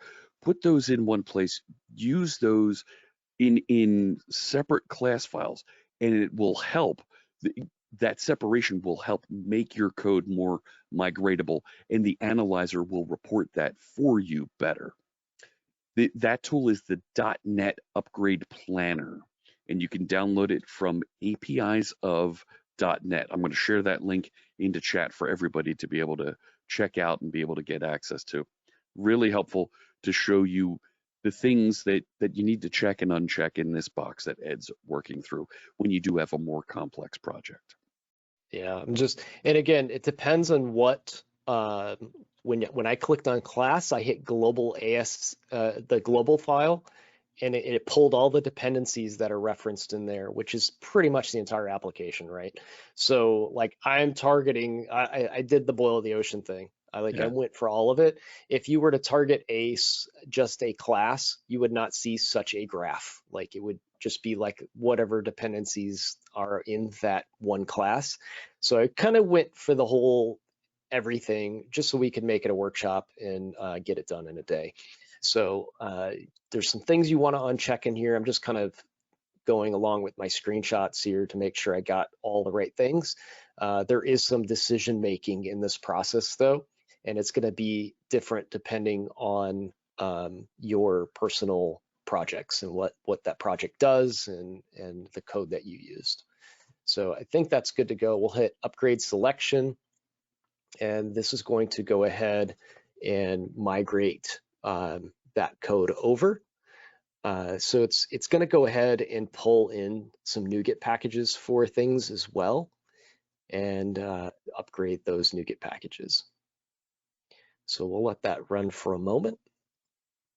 Looks like it is busy working on that autofact dependency. Hopefully everything resolves well there. And we should be able to then talk about the manual migration while this operates here. So it's definitely keeping me on the edge of my seat with this one. Yeah. Don't know why it's taking so long to resolve that one. We could, if we're getting stuck here, which hopefully this resolves in a moment,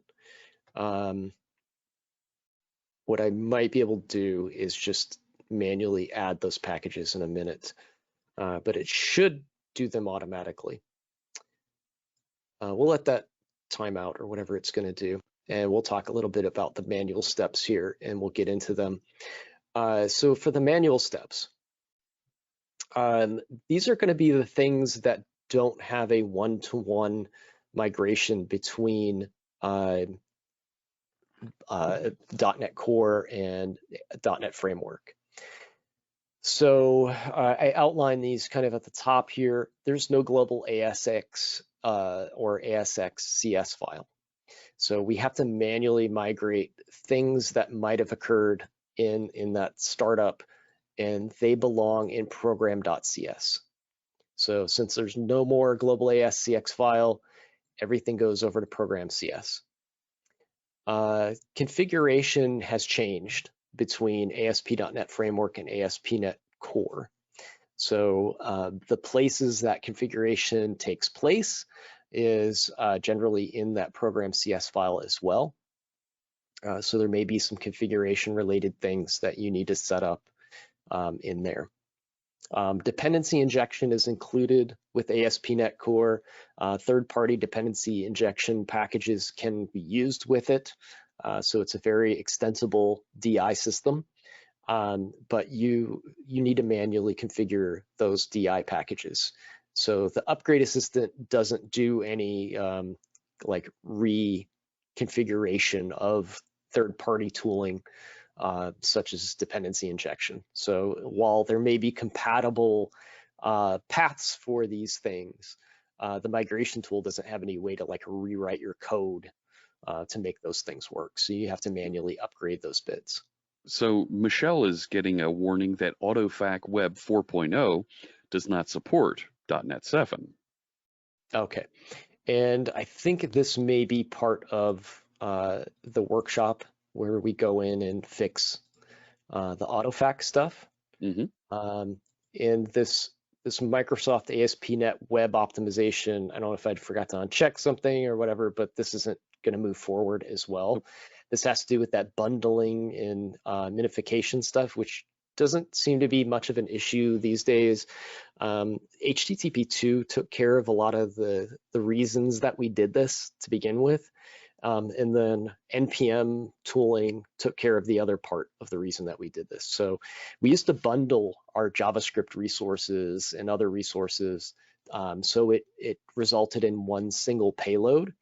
The reason we did that is because the browser didn't handle multiple requests for resources efficiently back in the day with the previous version of HTTP. With HTTP2, asynchronous loading of resources is much better than it ever was. And that became less of an issue to bundle everything together. On top of that, the JavaScript ecosystem really pushed forward with things like Webpack, Gulp, Grunt, and the other packaging tools. There's a variety of them that will bundle JavaScript code and TreeShake and all of that stuff. So instead of Microsoft trying to reinvent the wheel and provide a solution that's already well baked, just rely on those toolings instead if you need them. With something like Blazor, you're not writing a lot of JavaScript anyway, so we're just not going to move the web optimization stuff forward. So it looks like this completed pretty successfully. I think there's a different, this AutoFac Web 4.0 turns into a different dependency down the road. So let's start with the manual migration. The automated stuff, this is the automated portion here.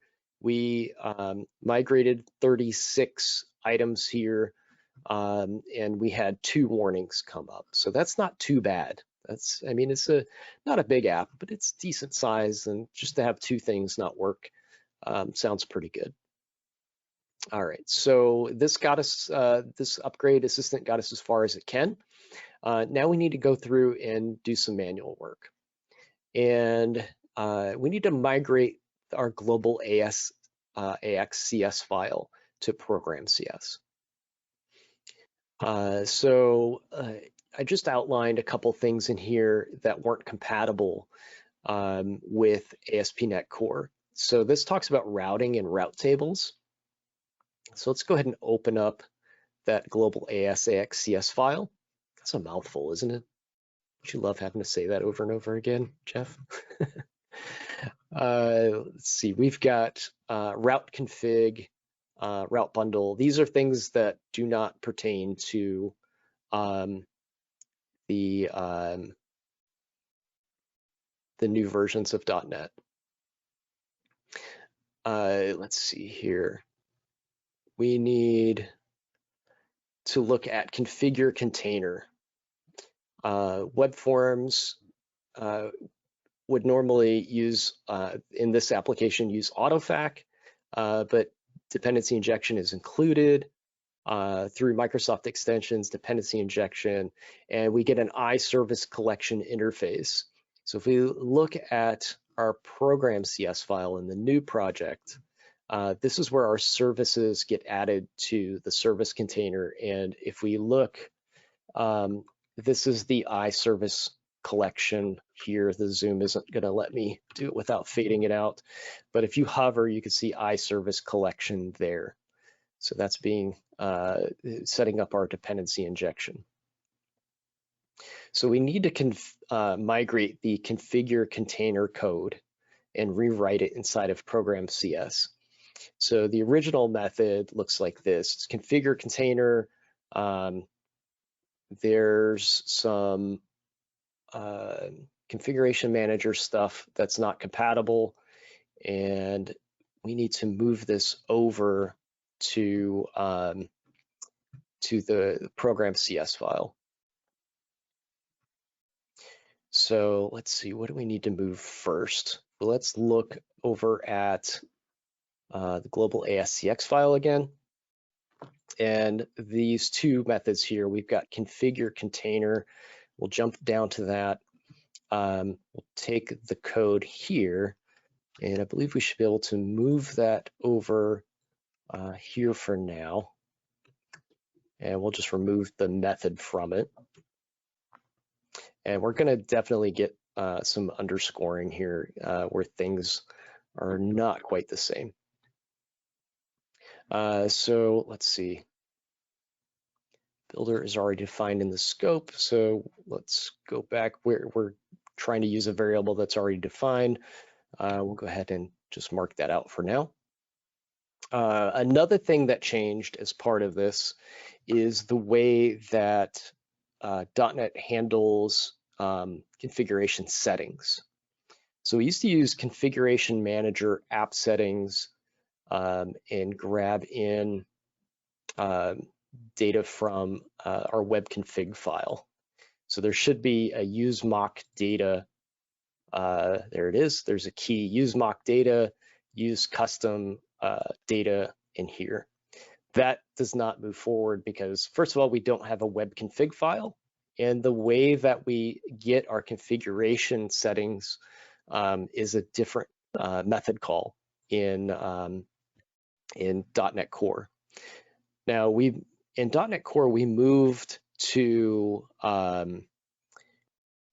putting our configuration in a couple different places. And Jeff, you might know more than I do about this, but we can put them in JSON files. We can put them in what is the environment variables. That's what I was searching for there. And there's quite a few other places too, right? Yes. Oh my gosh. So, right, we'll see things like user secrets is a place where we can store configuration so that it's somewhere outside of our project and you don't accidentally check in your password to various other services or to your email inside of your source code, because we've seen a lot of folks check in passwords to databases in their source code in GitHub or in Azure DevOps, other source code repositories. Don't do that. User secrets is the place to go. You can also pull data configuration from key vaults like Azure Key Vault, so that you configure your application in one place, and every time it starts up, it gets configuration from that central repository and deploys it into your application. Lots of great options available for you. So I'm going to go ahead and just kind of show you these two methods side by side before I remove it. This was the old variable that we're getting from the ASCX file and the old configuration manager. So configuration manager app settings becomes builder configuration, and I'm going to use that same key there. So that's going to be the newer version of that code. Now, there's a bang symbol at the end here. This is because it may not be enabled by default on this project, but let's enable it. It's usually enabled on new projects. This one seems to not have it. Nullable enable is normally on by default, and you will get this underscore here, and it is a warning from the compiler that says that configuration manager, this method, is possibly going to return a null. And what that means is you could have a null reference exception. Now, you could set a default value here. It is a bool, so it could, you could just say default it to false. However, this is my app settings, right? And it may be more beneficial to let an exception occur. We could either do that by just ignoring the message by putting a bang at the end. This tells the compiler, we're guaranteeing this is going to be set. Unfortunately, the worst case scenario here is if it's not set, it's going to blow up the app. But this is the booting sequence for the app. Maybe I don't want it to boot if I don't find any configuration information. Another thing I could do here is I could use the null coalescing operator, the double question mark, and I could throw my own exception that says, exception. There may be an appropriate default for this, but we could, create our own that says, config wasn't set, right? We could put our own exception in there. For all intents and purposes of the workshop today, I'm just going to put a bang in there, let the null reference exception float through and crash the app if no configuration is set up. Any commentary on that one, Jeff? Or you got any good questions there? So can I offer another alternative there for your builder.configuration option there to kind of eliminate the null? You can simplify this a little bit. Instead of saying bool parse, you can say builder configuration get value, pass in a type, and specify a default if the value isn't present. And it'll force that. Dot get value. Type? Nope, there's a get value in there. There you go. So you can say get value and specify that it's a Boolean type, and it'll do its best to convert to it. And then parenthesis, right? Now it wants the keys to use mock data, and then you can provide a default if it isn't present. So, yep, next to the end quote, inside there, inside that one. Now a default value. So we could set a default to true there. Okay. So I wasn't aware of that one. That's another good one. It's one of those overrides that I'm like you. I'm used to just using, hey, just go grab this key, pass the value along. This makes it a little bit stronger typed, and it handles the null scenario a lot better. It seems like it's inferring that type too, so I don't even need to put the type there. Yep. Nice. So that's several options, which is, it's always nice to have those different options. And again, oops, sorry, bumped my microphone there. Again, if you could throw an exception too if those weren't set, because maybe you want to say, hey, this really needs to be set. I just deployed it, but for some reason my environment variables are missing. I need to warn somebody. So go ahead and toss an exception out there. Let's see. So we've got the use mock data variable set or property set up there from configuration. Next thing we need to do is bring in autofac. So the reason it couldn't bring that forward is there's a new dependency. So the one that it was using was like autofac web or whatever. We need autofac extensions dependency injection to do this. So we need to install these packages and then add them to our CS file here.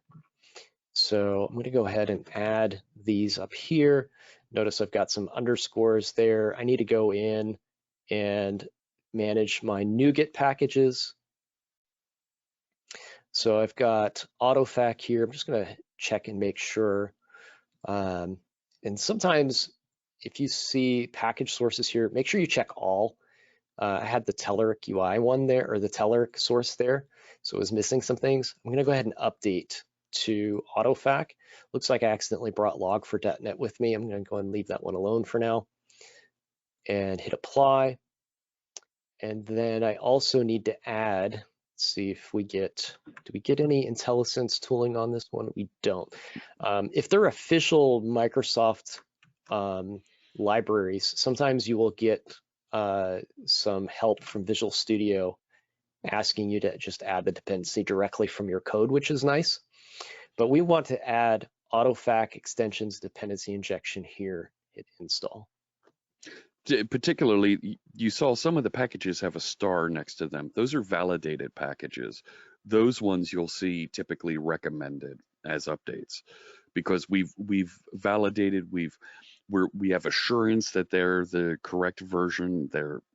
There's a security barrier there that we're enforcing, and you'll get that tooling that says, just upgrade and bring in the next thing. So this one's not quite there. You have to take an extra step to get it installed. So these were a couple more lines I had commented out that came from the old ASCX CS file, and we're going to have to migrate these manually now. So I'm going to go ahead and comment those back out. These have to do with AutoFac that we just installed the dependencies for.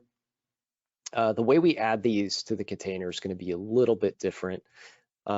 So I'm going to copy and paste the new code in here, and we're going to go ahead and add those services to the container. I'm going to clean up a little bit while I'm in here so we don't keep having legacy code pasted in. So we have this builder, what do you call it, pattern that we use. Mm-hmm. And the builder is a web application builder, and our host property on that is going to help us with our dependency injection third-party integration. So we're going to call our host builder, iHost builder, and then we'll use the use service provider factory method. This is an extension method off of the host, and we call the new AutoFac service provider factory. So this use service provider factory is part of the framework. What we're adding on is this new AutoFac service provider factory. So we're tapping into the extensibility here by using this extension method and calling in our own dependency injection system to add services to the ASP.NET configuration container.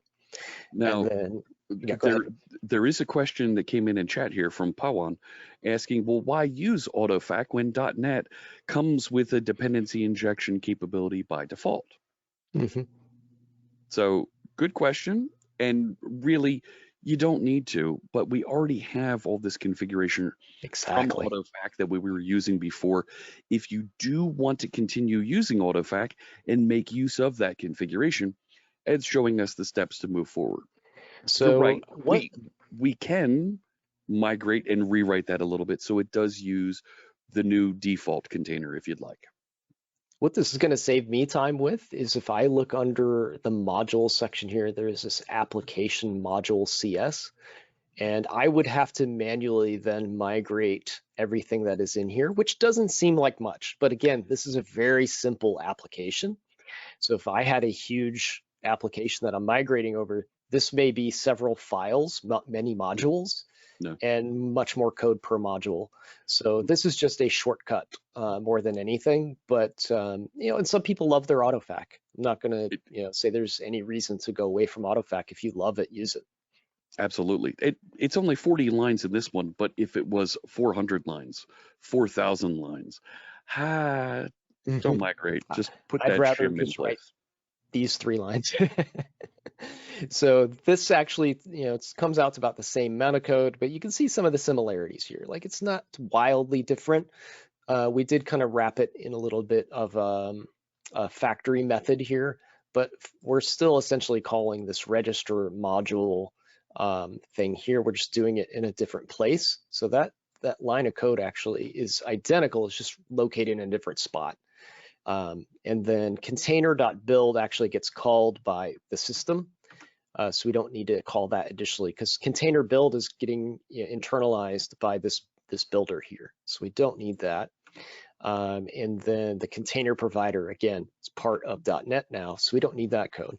So that ends up being our registration for using the AutoFac information there. And we're passing in a mock data structure as well into that, which provides all of the data for us in the sample app, which we're going to talk about a little bit, which is why I point that out.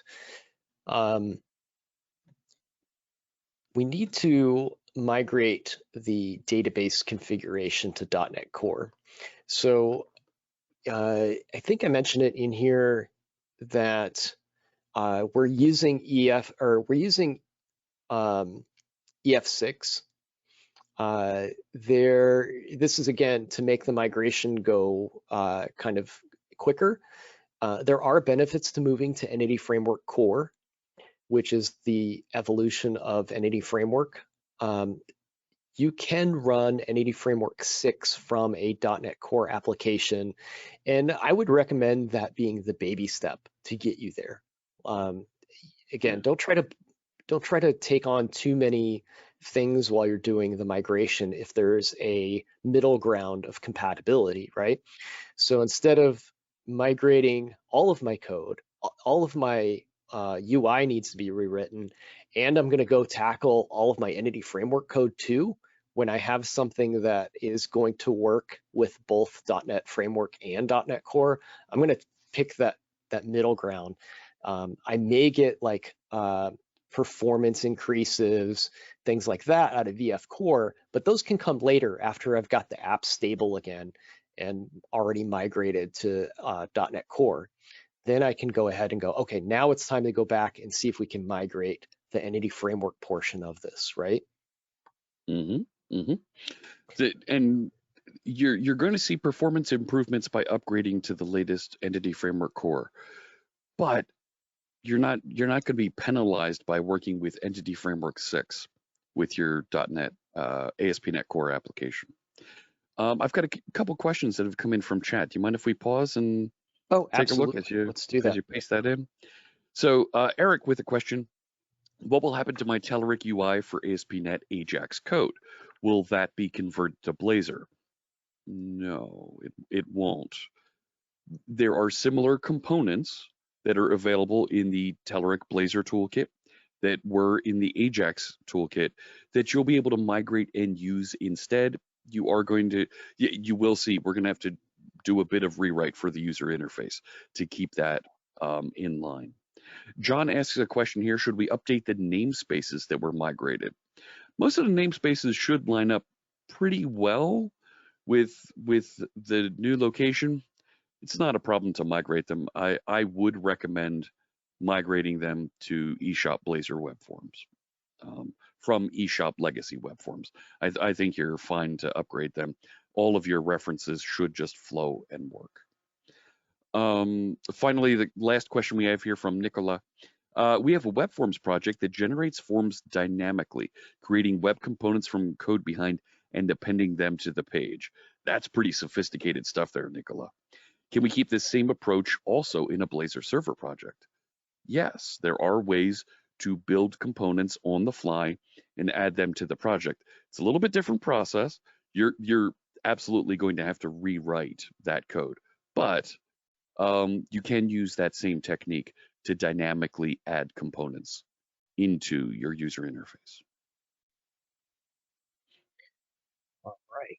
I appreciate that, Jeff. Thank you. Hmm. So I'm going to continue with migrating some of the configuration, and this time the configuration revolves around Entity Framework itself. So in this project, there is a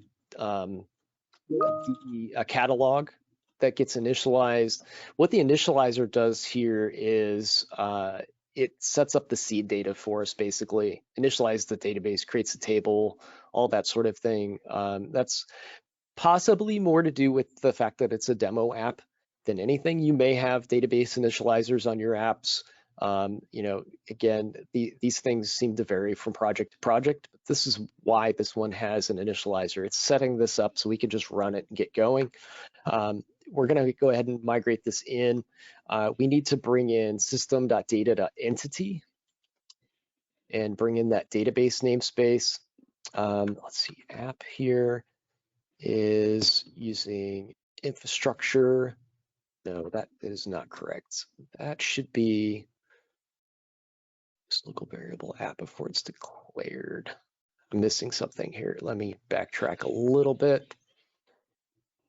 So we need to rewrite this method. So the API was moved to the iService provider in this instance here. And what am I missing here? The app, oh, I'm in the wrong section of the configuration. My mistake. I'm calling this too early. So there's two sections kind of. This used to be broken up into methods in previous versions of .NET. And there is the service section here where we're adding things to services. And let's go ahead and remove that. And then doing dependency injection. And then dependency injection gets built. And then once we call builder.build, we start setting up our configuration, our app environment.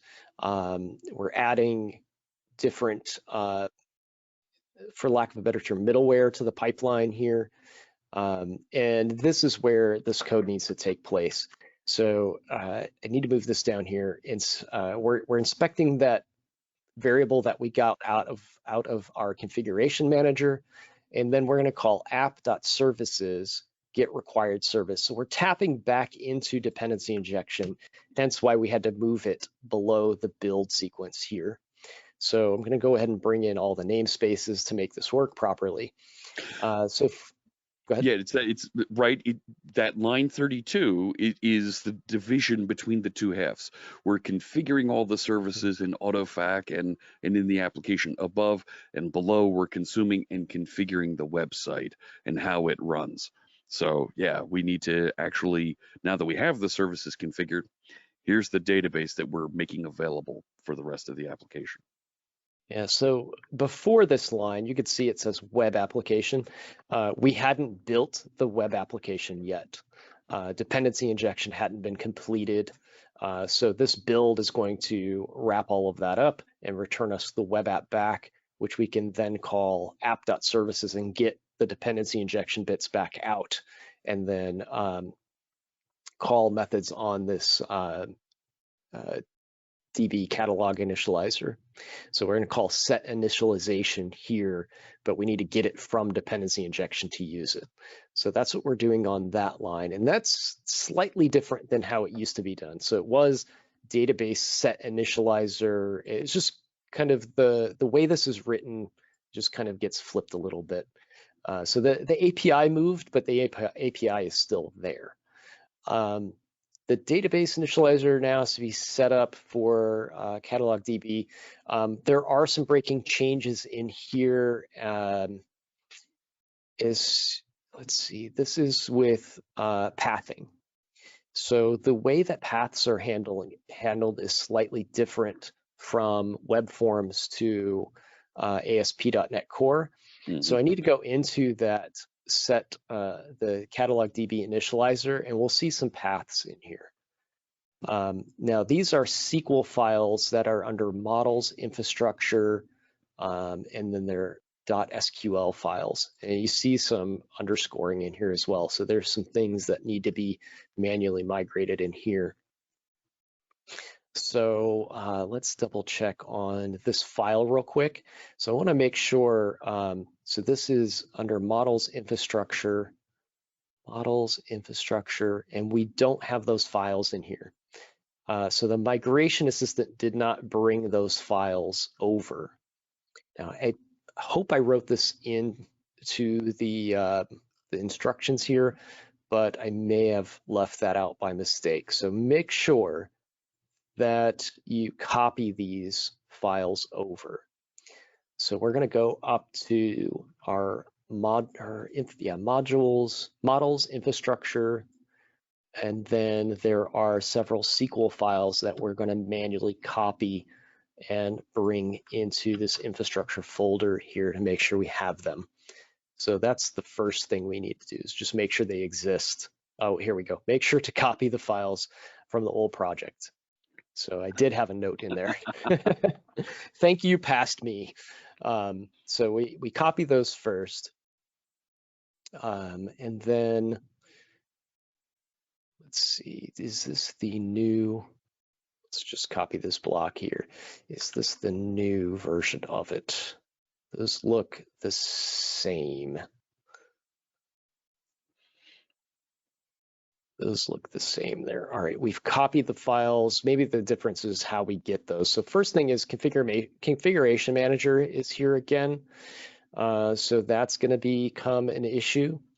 So we want to update the configuration manager code here. And I've still got that in the instructions here. I'm using the bool parse version of it. Now, Jeff gave us a better option for this, but works. Let's see. Oh, that's still the legacy version. I want the new version of it. What did that become? All right, this is what we want. All right, so we actually have to make a couple changes here, I believe. First of all, I'm setting up some fields here. So let's go ahead and add those fields. So I'm going to set a private read-only bool as use custom data, and I'm just doing a little bit of code cleanup here, I believe. This is just kind of opinionated, maybe. And then I'm kind of normalizing the root path. So I'm just making this a little bit easier on us, so we don't have to write a bunch of duplicate code. And then under catalog DB initializer, you will notice in the parameters for that method call, I'm adding some additional parameters in there, and these are going to get fulfilled by dependency injection. So if you're wondering where these values come from, dependency injection is going to see these. These are part of the catalog DB initializer constructor. Dependency injection will see them and fill these in when the service provider is called. So what does this give me? Okay, we've got definition for that already. There we go. I duplicated a variable there. So now that we have dependency injection providing these, I can rewrite this use custom data method here. So we'll go ahead and copy that, and this line of code becomes this. We'll go ahead and comment it out so we can kind of see both. So we were going to configuration manager. Now that's being provided through dependency injection, giving us iConfiguration, which is the new version of it. And we're going to go ahead and get out the use customization data property of it. And then I also have this content root path. This is something we didn't have before. Again, I'm trying to make this a little bit easier on us. And we get the path a little bit different as well. So I'm passing in this hosting environment, which is an web host environment, which will give us the content root path. So that's going to allow us to access these files now. So we have the root path of those files. The next one is, and we're still working on the same problem here.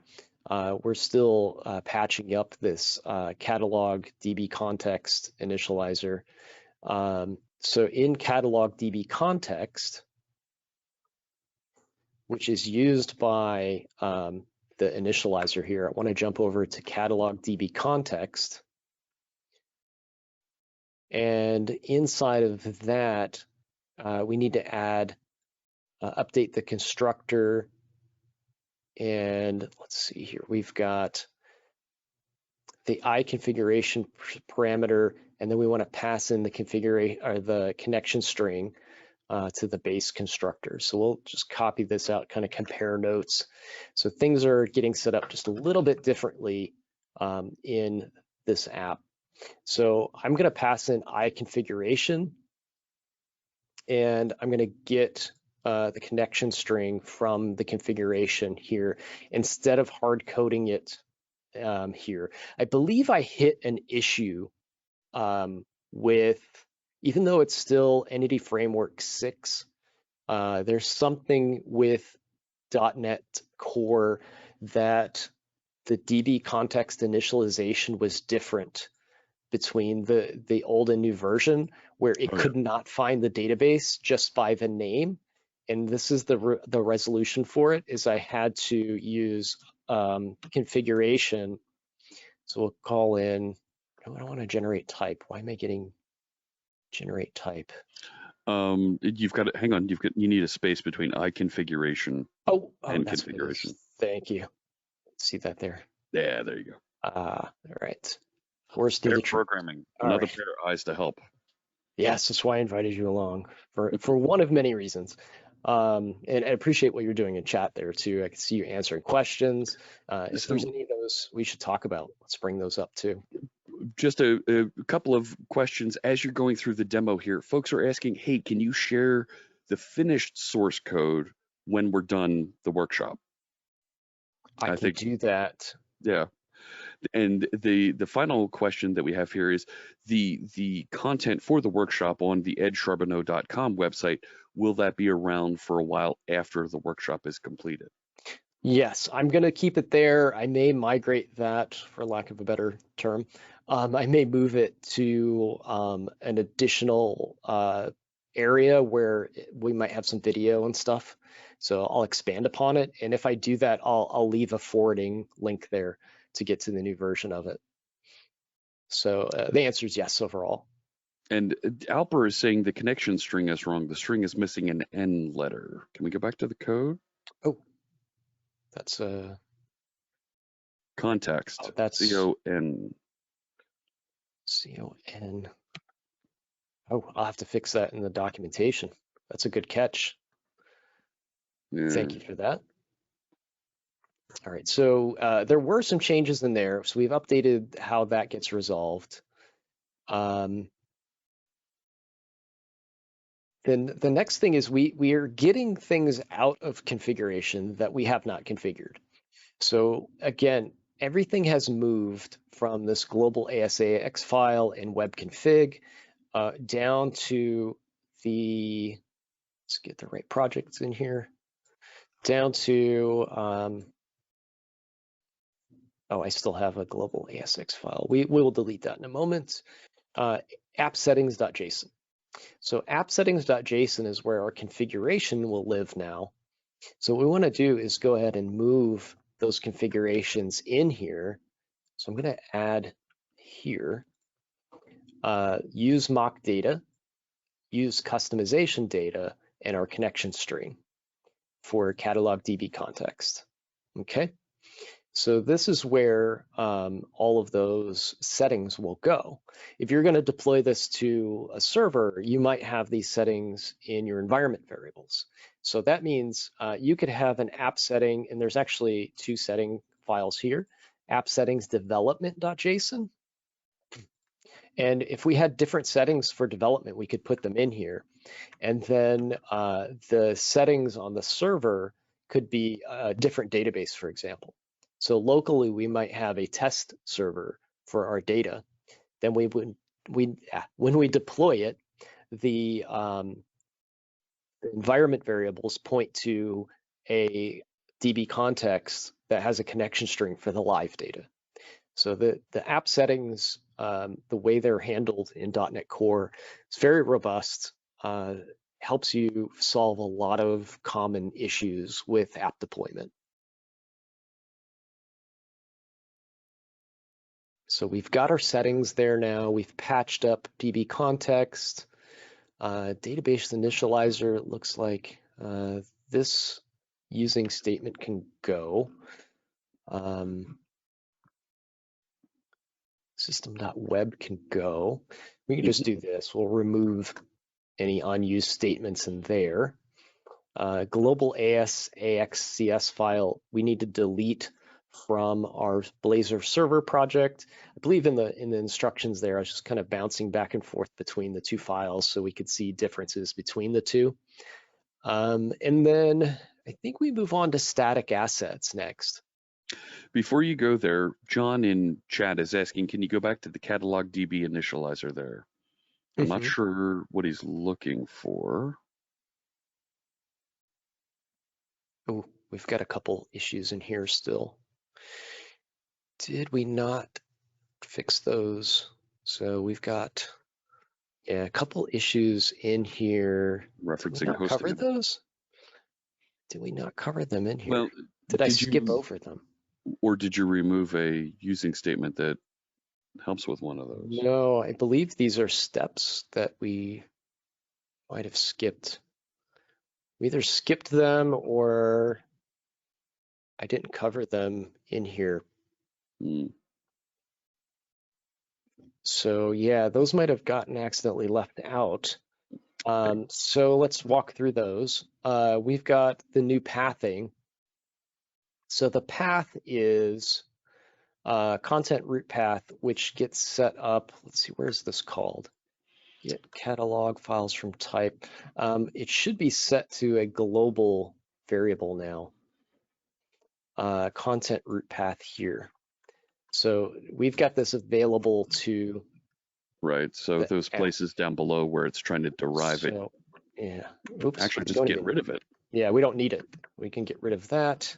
We've double allocated the variable name. That's a static there. Yeah, so we'll address that one in a second. That one's static as well. And one here as well. So that one can go. So that one was private. The static ones, however, let's see, where are these called from? They are called from this one reference here. It's still in the same file. So what we can do is we can use, oops, the, what is it called? It's that variable, use custom, no, content root path. Content, yeah. So we can pass that along. We'll have to add that to here. So we'll just pass those in. And we'll need another one here. I'm not sure why these are static. Maybe just for the sake of, no, that's not an extension method either. Not sure why this is written the way it's written, but we can just pass these along. We'll find out where that's referenced from. Again, it's in the same file. So just pass it along. These private methods have access to the variable and it's just passing it along to the static versions of it. So those are the callers for it anyway. And I think I don't see any more red marks on the sidebar here. Did that hopefully answer the question that was raised there? So if they're private, we can remove the reference because we have it globally available in the class. And if they're static, we just need to pass it to that method. And that resolves all those issues. And I need to make a note. If that wasn't noted in the workshop, I need to make a note to do that. So let's take a look here. We've set our settings. we need to copy static assets from pics. Again, as Jeff mentioned earlier, the static files for a web forms app, sometimes they're just thrown in folders. So we've got this pics folder that we need to manually take and place inside of our www root folder. I always forget one of the W's. It seems like a mouthful. Yeah, right. And it's just a pain. I'm going to do this one real quick. It says optional in the workshop, but I think we got enough time to cover everything. So we're going to go over to our app now, and I believe we should be able to run this and get some results. And that would make me happy because we've had some ghosts in the system today. Let me start by doing close all tabs. If an error comes up, then it'll be easier to find. I'm going to pull up index.razor, and I'm going to delete all of the code here. This is just boilerplate stuff anyway. And I'm going to paste in that code that I got from the workshop instructions. And what this is our first Blazor view that we're going to write.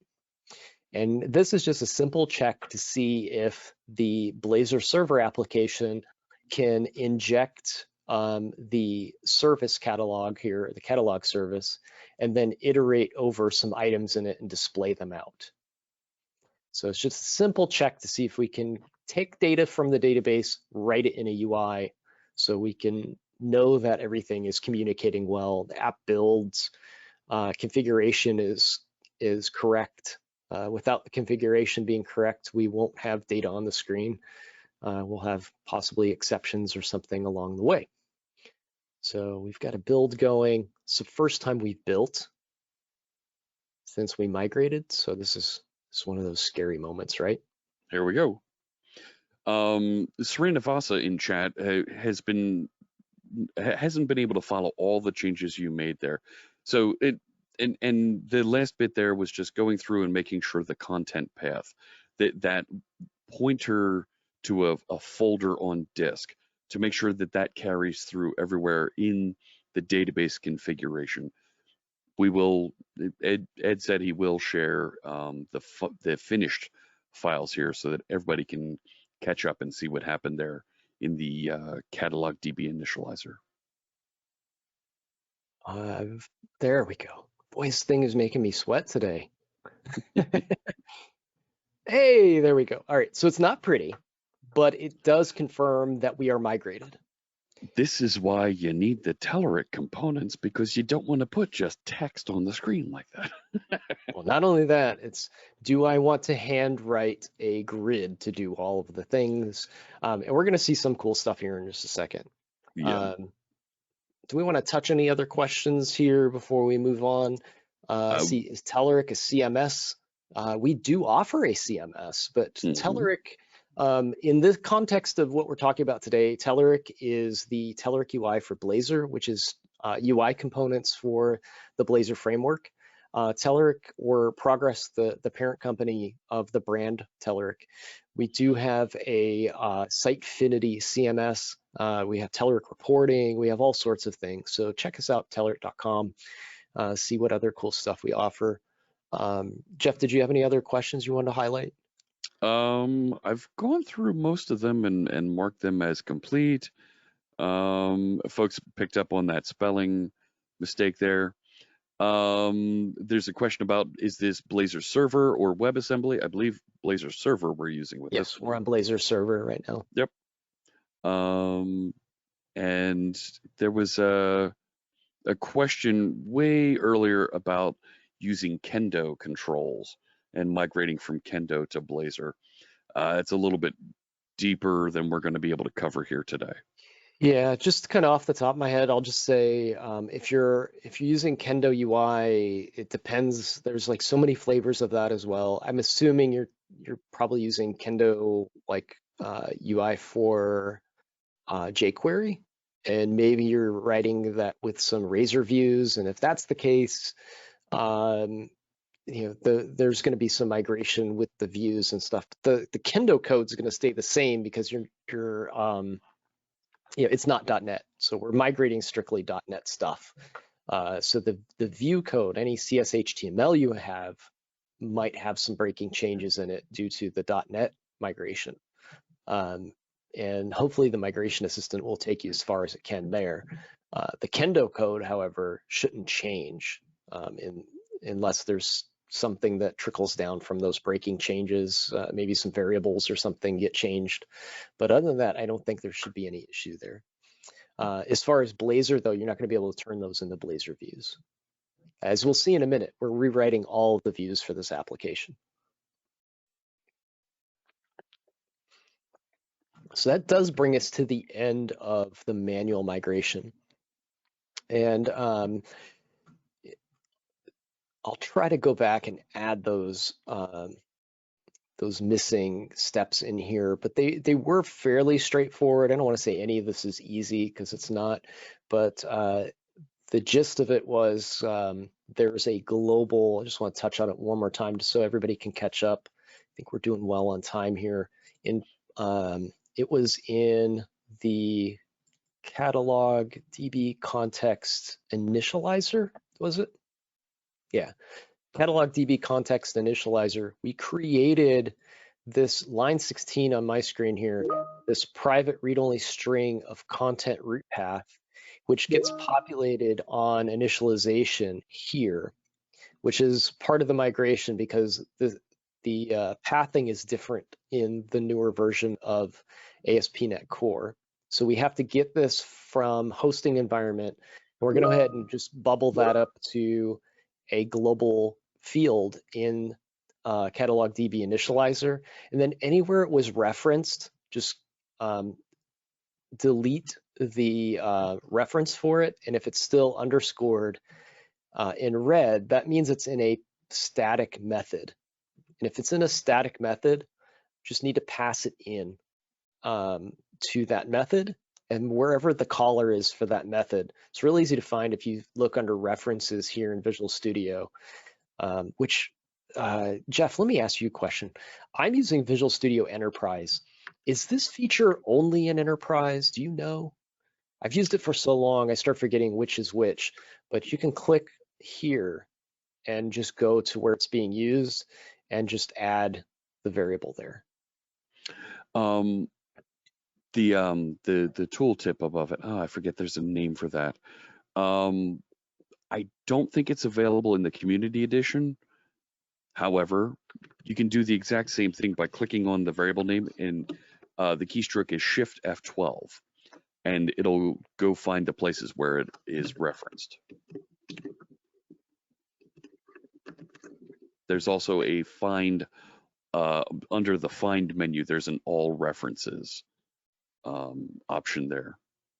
I'm going to go ahead and put this in a gist file. It's in the professional. Yeah. Okay, excellent. I'm going to go ahead and put this in a gist file, and I'm going to broadcast this out to everybody in case you need that reference. And hopefully, if there's anybody still stuck, that will get you where you need to be. I don't know. It is in. It was added to community in 2019. See, I'm so blurred between the versions that I've worked with over the years, but yes. All right, so we've migrated the app essentially. What we didn't migrate is any of the views, and that's what we're on next. So to just to make everything crystal clear, there is no way to migrate a web forms view with any sort of tooling or anything that I'm aware of from web forms to Blazor. They are two different styles of writing UI. They use completely different frameworks. The only thing they share in common is like HTML and CSS, and that's about it. So the underlying technologies for both these things wildly different. There's no magic wand to wave to get your views migrated from A to B, right? So what we need to do is rewrite views. And I know that might not sound pretty, but if we go back and look at our current application, it was in the introduction here. We could go back and rerun the old app too. The old app still exists, and it's a side-by-side migration, so it's not broken or anything. But if we look at the existing app, just for the sake of making it easy, I'm just going to pull up the image of it. It looks like this. We have a create new item button, there's an edit, there's details, delete. But essentially this is forms over data. It's just data thrown in a grid, and that's our UI. It has some images in it, so there's some templating, whatnot. That's the entire app. For simplicity's sake, that's the entire app today. So right now, if we run our app, we just had a list of items we pulled out of the database just to make sure we had database connectivity. This is where the Telerik UI for Blazor is really going to shine for us. At this point in migration, we would have to start breaking down the most trivial UI components and rewriting them from scratch. So we would have to, in the context of this application, we would have to write a data grid, the edit form, the ability to delete, create new items. We've got 4 forms that we'd have to create. And then the UI is going to be just Bootstrap or whatever it is that we have available to us. So instead, we're going to use Telerik UI for Blazor and some of the tooling that comes with Telerik UI for Blazor. So the first thing we're going to do is look at scaffolding. And we're going to scaffold out a grid. If you don't see the scaffolding tools in here, again, I don't think you've probably gotten this far because they use the same plugin, but just one more time, that plugin is available on the Visual Studio Marketplace. It should have been installed with the Telerik installers. If you use those, if you use the manual install, which is like a zip file, you won't get it, but you can always go to the Visual Studio Marketplace and grab it. So I'm going to go ahead and delete index.razor out of this. Right now, the index.razor file doesn't have anything in it but that little sanity check that tells us we had database connectivity. So I'm going to go ahead and delete that out. We're going to replace that. The next thing I'm going to do is start the scaffolder. And to do that, I'm going to come over to the eShop server project here. And you can see I've got a nice screenshot in here. We're going to right click on the server, and we're going to say add new scaffolded item. And inside, oops, I picked the wrong one, my mistake. We're going to add, let's see, it's actually Telerik UI for Blazor, add new scaffolded item. So just like that there. So take a look, Telerik UI for Blazor, add new scaffolded item. There's a couple other things in there you might see. There's an upgrade wizard. This is for upgrading versions of Telerik UI for Blazor, just to be clear what that is. So if you're on an older version of Telerik UI for Blazor, this is going to update all of your references inside of your project, which is nice. You can also reconfigure your project if you want to pick a different UI theme, stuff like that. We're going to add a new item here. No. That's not good, Jeff. That's not good. Uh-oh. I'm trying to get some research on migrating the old website projects. There's an update available. Thank you. Make sure that this is updated. I have to restart Visual Studio. So if you run into an error, always check your extensions. Make sure that there's no updates available for those extensions. That's what I ran into. While this reloads, do we have any questions that we can answer? Yeah, this question around website projects, getting them migrated, that's something I don't think is supported in the tool. I'm doing a little bit of work to see if I can find out workarounds, ways for that, and I'll report back on that. There is a question, somebody's here has already moved forward and started working with the grid and is getting one of those invalid top level items errors. Sounds like, Kevin, you're missing something in your code. When we get to the grid, we'll talk about it and we can look a little bit further into your particular situation that you have there. Valid top level item. Sounds That's to me like interesting. inside the grid, there's a tag that's nested directly that shouldn't be. Okay, maybe I have copy and pasted some code incorrectly into the instructions. So we'll try to resolve that. I picked the wrong one. I want this one. I almost grabbed the project that we were working on that we couldn't quite get out of that compilation issue. Mm. There we go. That looks better. All right, let's try this again. It does say some stuff is running in the background. Hopefully that doesn't interfere. Well, let's let it restore NuGet packages just, just to make sure. All right, so demo gods be with me. We're going to do am I missing it here? Where am I not seeing it? There is Telerik UI, scaffold new item. Relief. All right. So this is actually going to create a brand new page for us. The name of the page doesn't need to be very specific other than, you can name this whatever you'd like. I said new index in the instructions. The routing for Blazor will actually determine the route for the page, not the name of the page.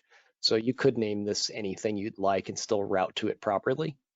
So that's a nice have there. And then let's see, we're going to pass in a catalog item as the model.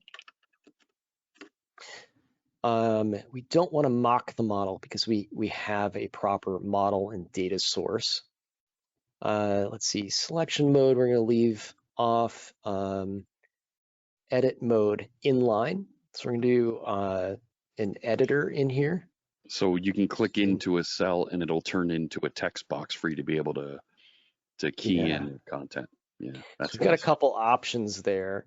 So I picked inline. We have pop-up and in-cell. So we could do a pop-up editor. We could do an in-cell editor.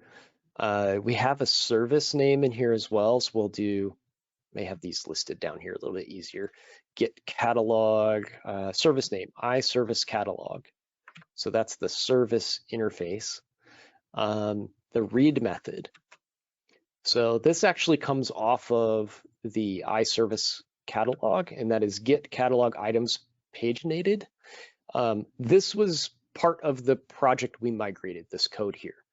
So we're just reusing the existing backend code that was written previously. These aren't new methods I'm creating, hence the naming.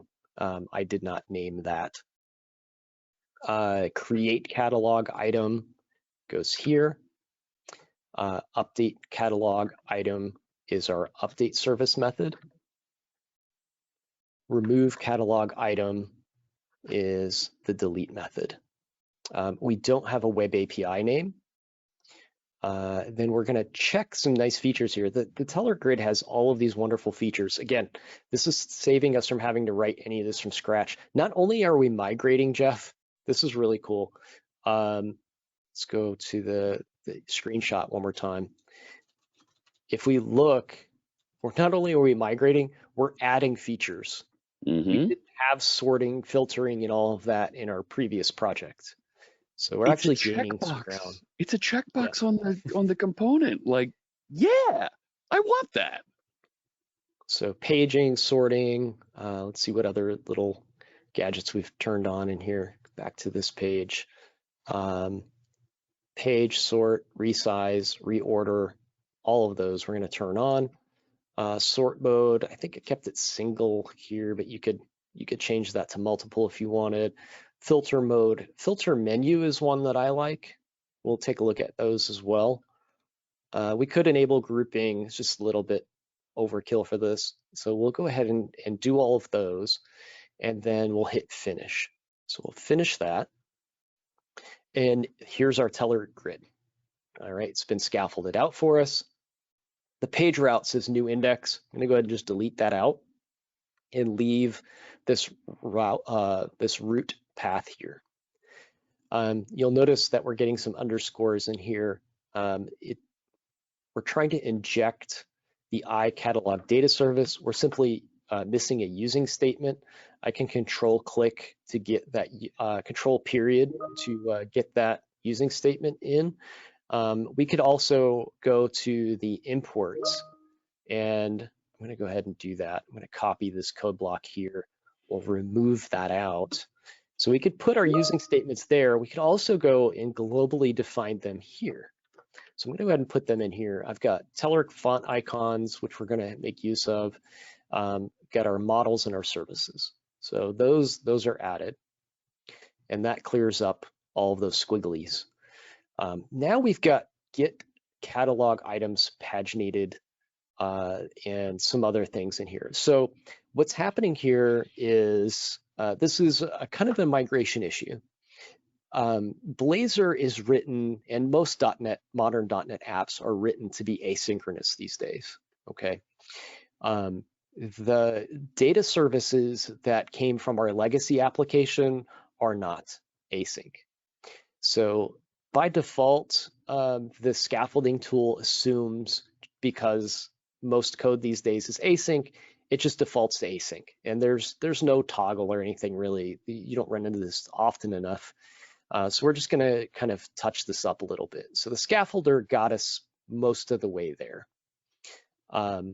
So we're gonna replace any async tasks with just void, and it'll be okay. So I want to pause you for just a second. I have an answer for the website versus web application question that Michelle had. Oh, excellent. So the recommended direction from the team, I actually got the team on Teams over there on the other side of the screen behind Ed. And what we did, what they suggest is take your website project, convert it to a web application project, and then the upgrade assistant will appear and you'll be able to use the same gestures that Ed's walking through here to migrate. So let me share, there's a bit of documentation, there's a walkthrough on the Microsoft documentation.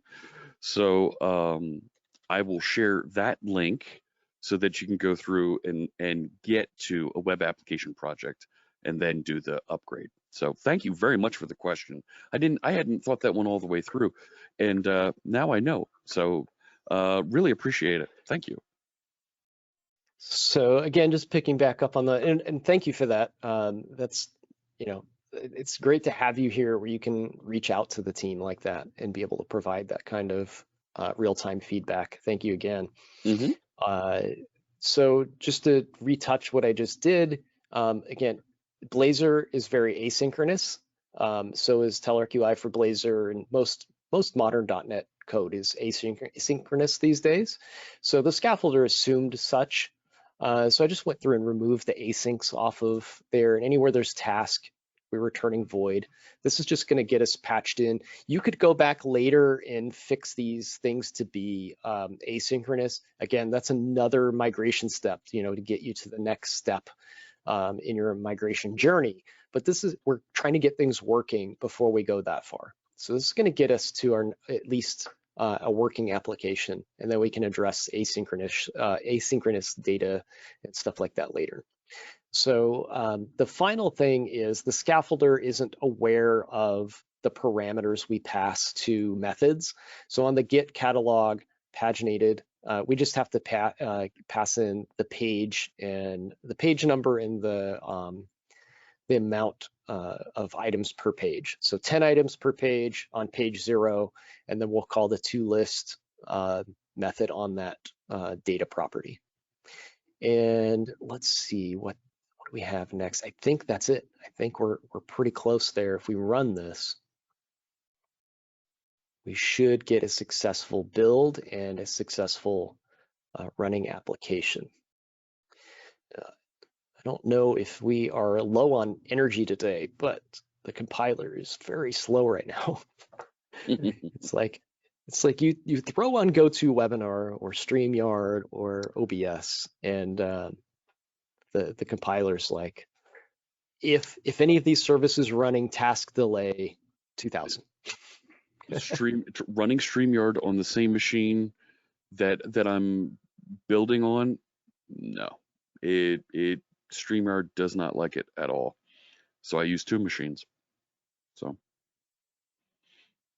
This is going fairly well. Do we have questions? there's a question here from Dennis. The Telerik Ajax controls have a long history. Are there any Ajax controls that don't have a Blazor counterpart that we currently know of here in September 2023? Actually, I think there may be a few.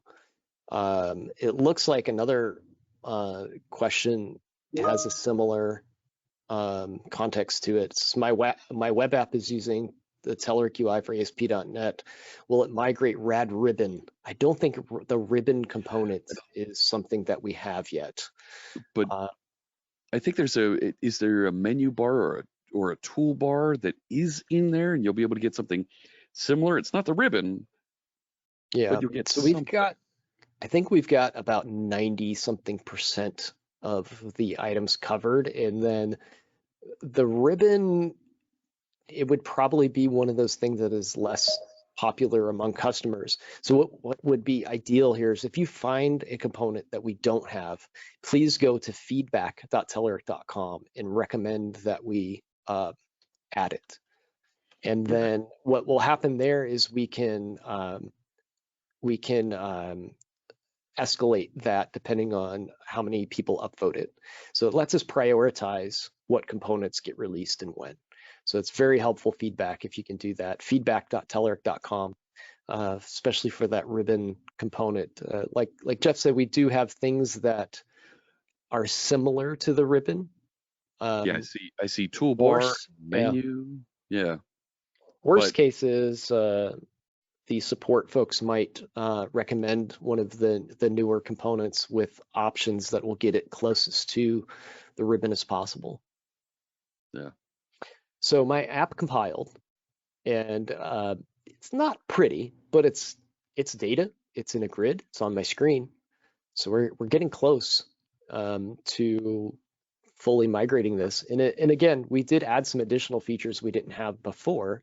We added filtering, which is really nice. And we have sorting. So if I click on any of these, they sort. We have an add button. We have the edit and delete button. These, I believe, are not quite wired up yet. I don't want to click delete because it's going to trash a record. We'll talk about that in a minute. Editing. Okay, I do have my inline editor available. I do have the ability to add. So let's go back and see where we're at in the directions here. So this one is really important to me, and I wanted to share this with all of you as potential customers or maybe current customers, as far as performance on our data grids. So I think this is one of the coolest features and possibly one of the ones that folks might not know about and should. This is going to tap into something called the data source request and result. This is a Telerik UI Telerik exists on several Telerik products, but this is something as part of our library. And what it does is it lets your data grid pass metadata off to Entity Framework and do ad hoc querying on Entity Framework without you having to write a single line of, well, 2 lines of code. You have to write a single line of code. So this is really powerful stuff, and it cuts down on the amount of data, not only that you pull out of your database, so it's going to reduce the amount of SQL, strain on your SQL server, but it's also going to reduce the payload you're sending over the wire if you have a web API. And I see questions coming in about stored procedures. This feature in particular wouldn't be supported on a stored procedure, but stored procedures are supported in Entity Framework. You just have to patch in that stored procedure in your data service. So there aren't any in this example, but go ahead, Jeff. Yeah, I shared a link to the article on the documentation about how to execute the stored procedure and have it pull back and deliver content for you. Excellent. So there is a question here, stepping just a little bit forward into more of the user interface. Is there a server-side event we can hook into that is equivalent to the pre-render event, one that occurs after load, but before the components are bound?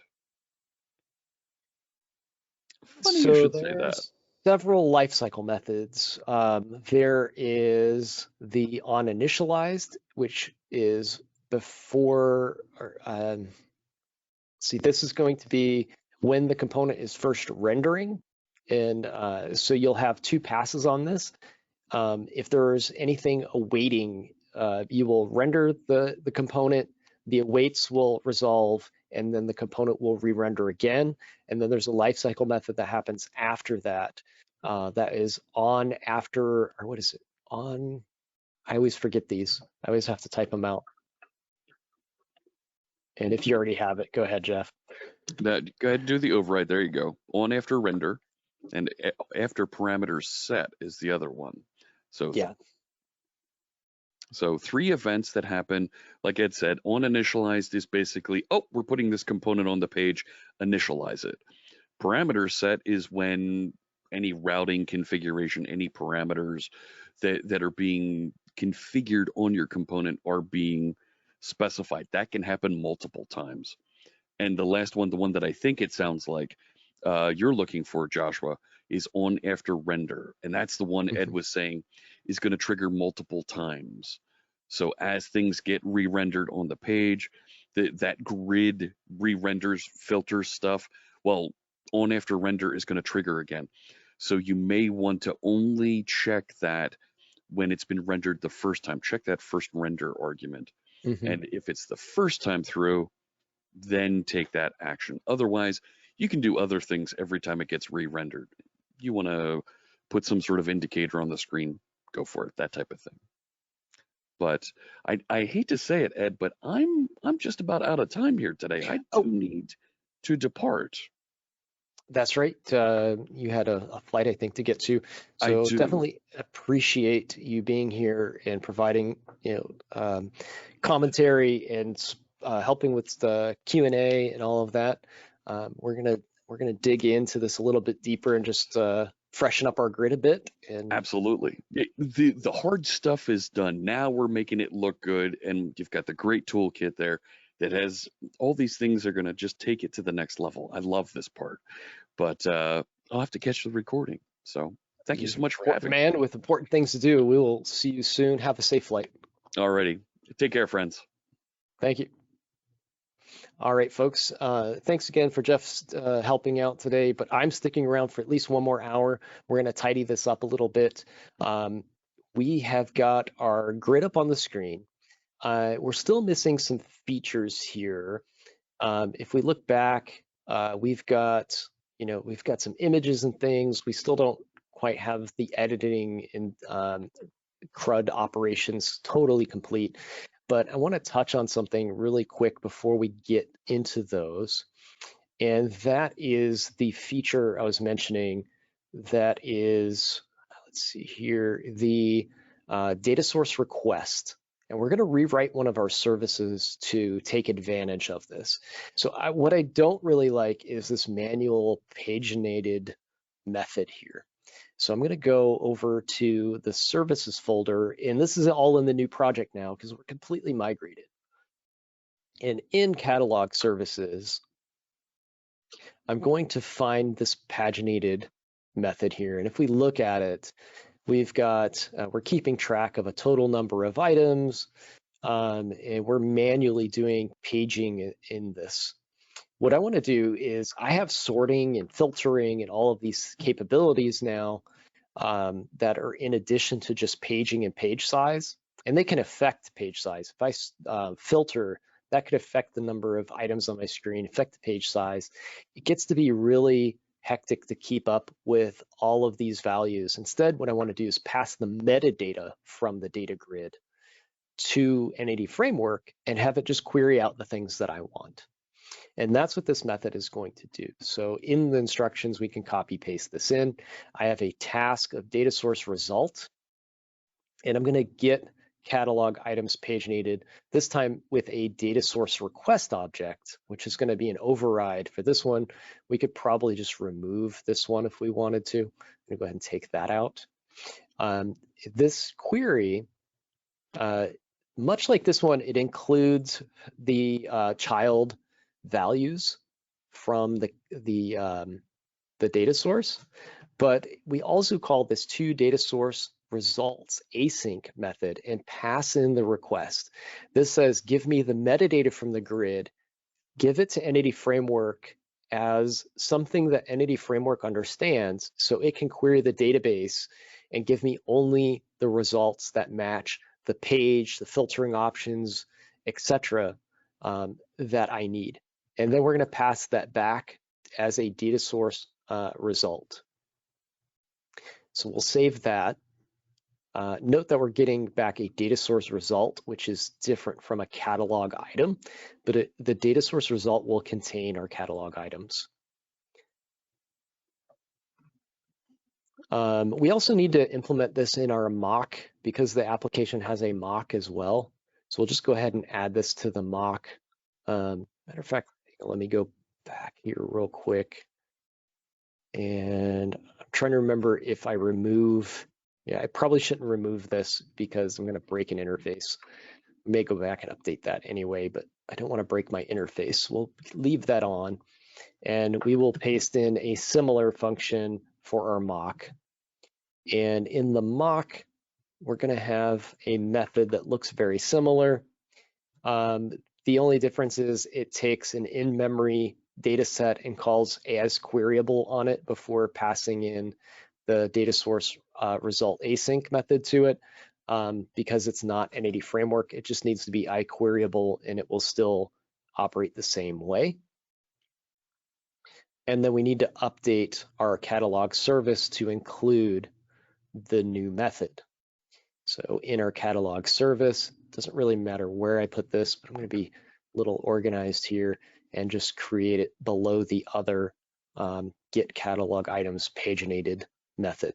So they're overriding each other. We should be able to go ahead and use that in our code on our index page.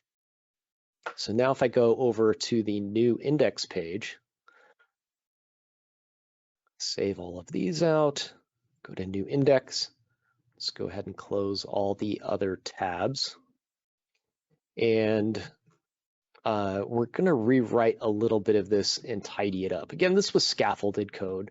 It's not, it's a nice start, but it's not where I want to be in my end result. So the first thing I want to do is update my load data method, and then we're going to take advantage of the onRead event, which is an event that the data grid has.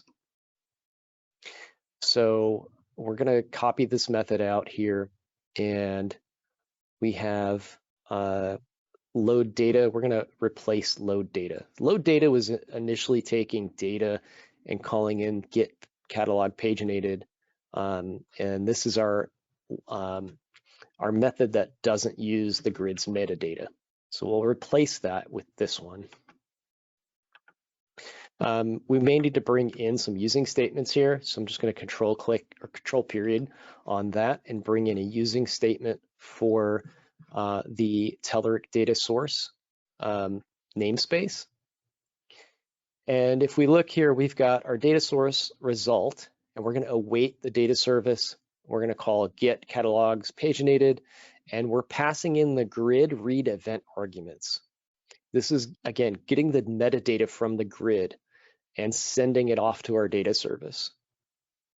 That has a result that gives us our data, which is our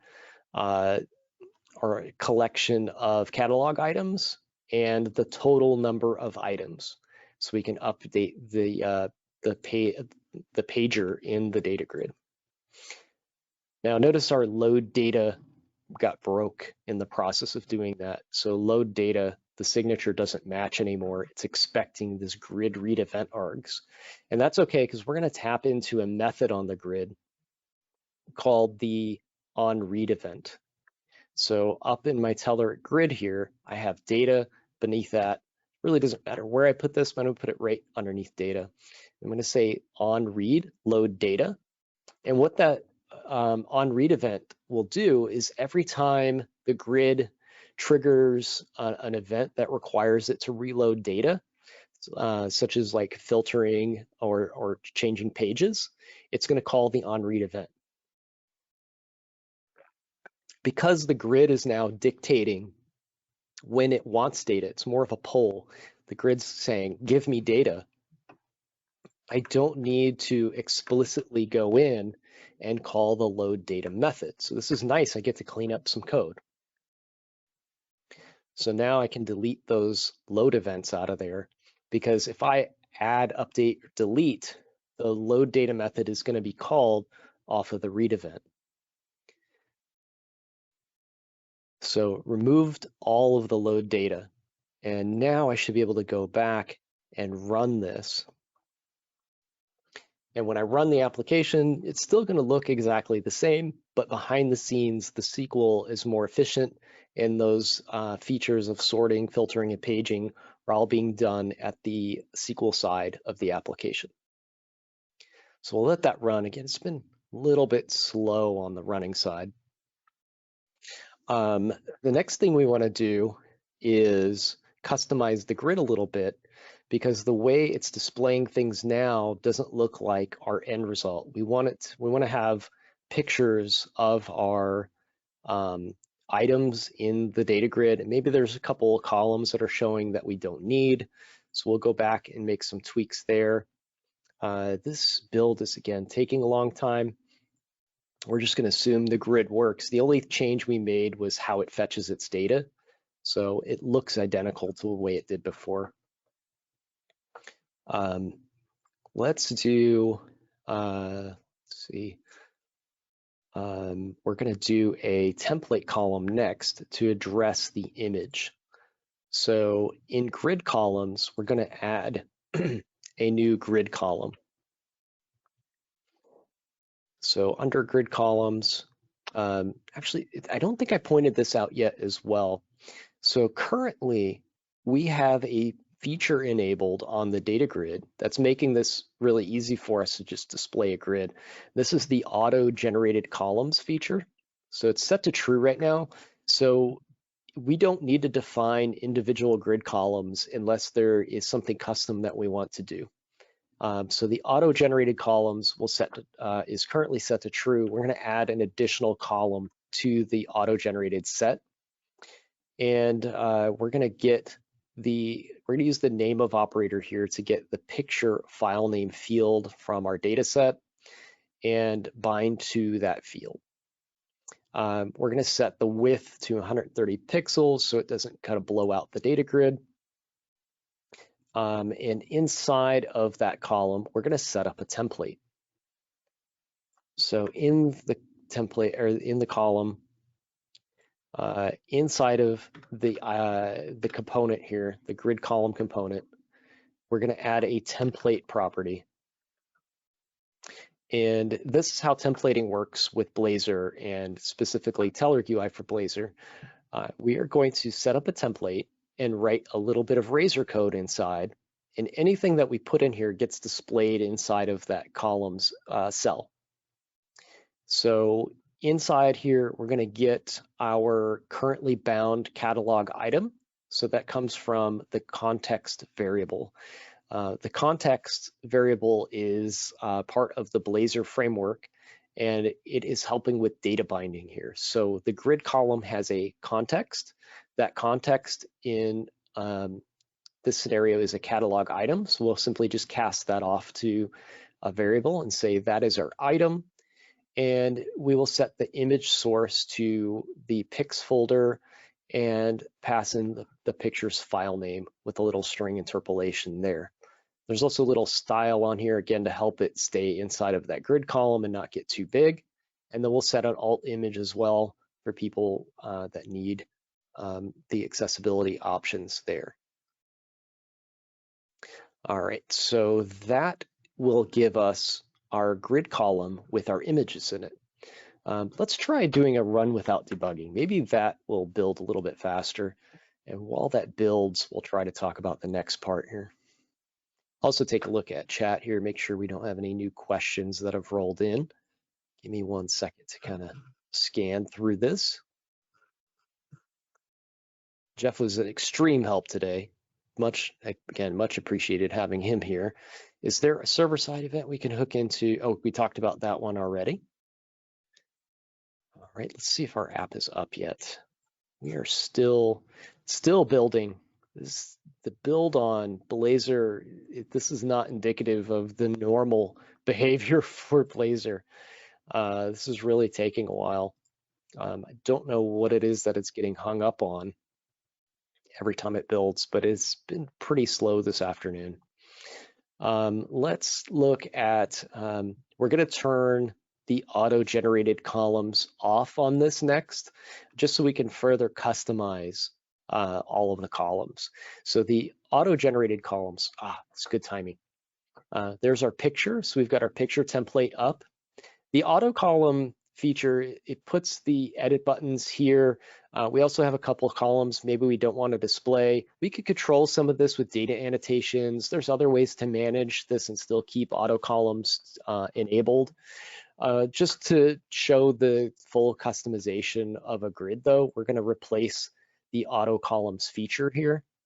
And I'll just bump back over to the instructions and we'll remove the auto columns feature and add some manually defined columns in here.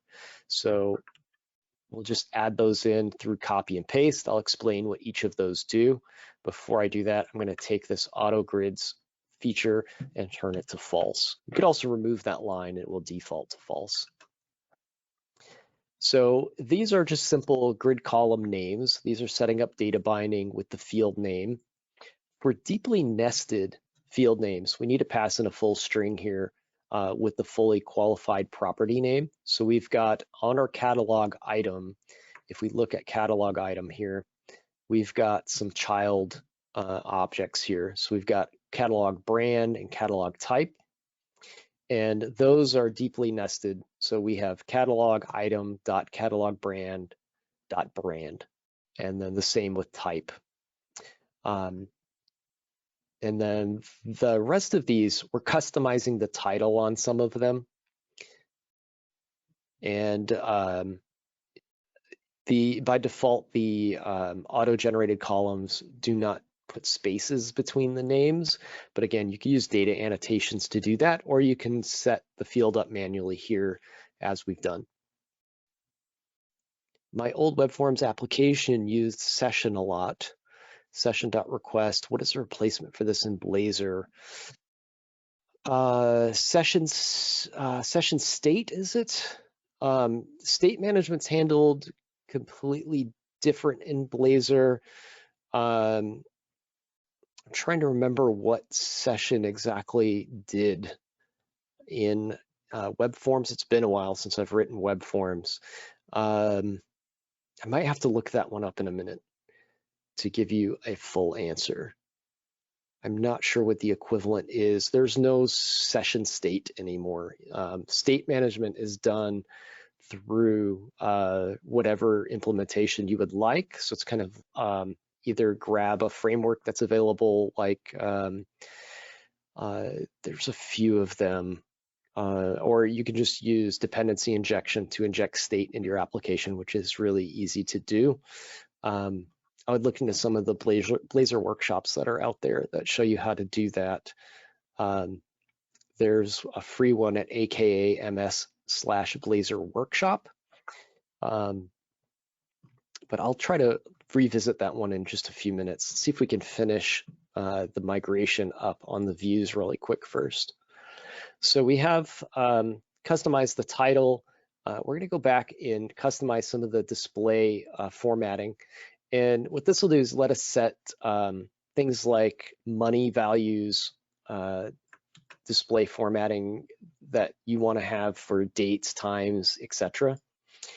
So on the catalog item price, we're going to add a display format of currency. And we're just completing the UX here now. We're just making this nicer to use.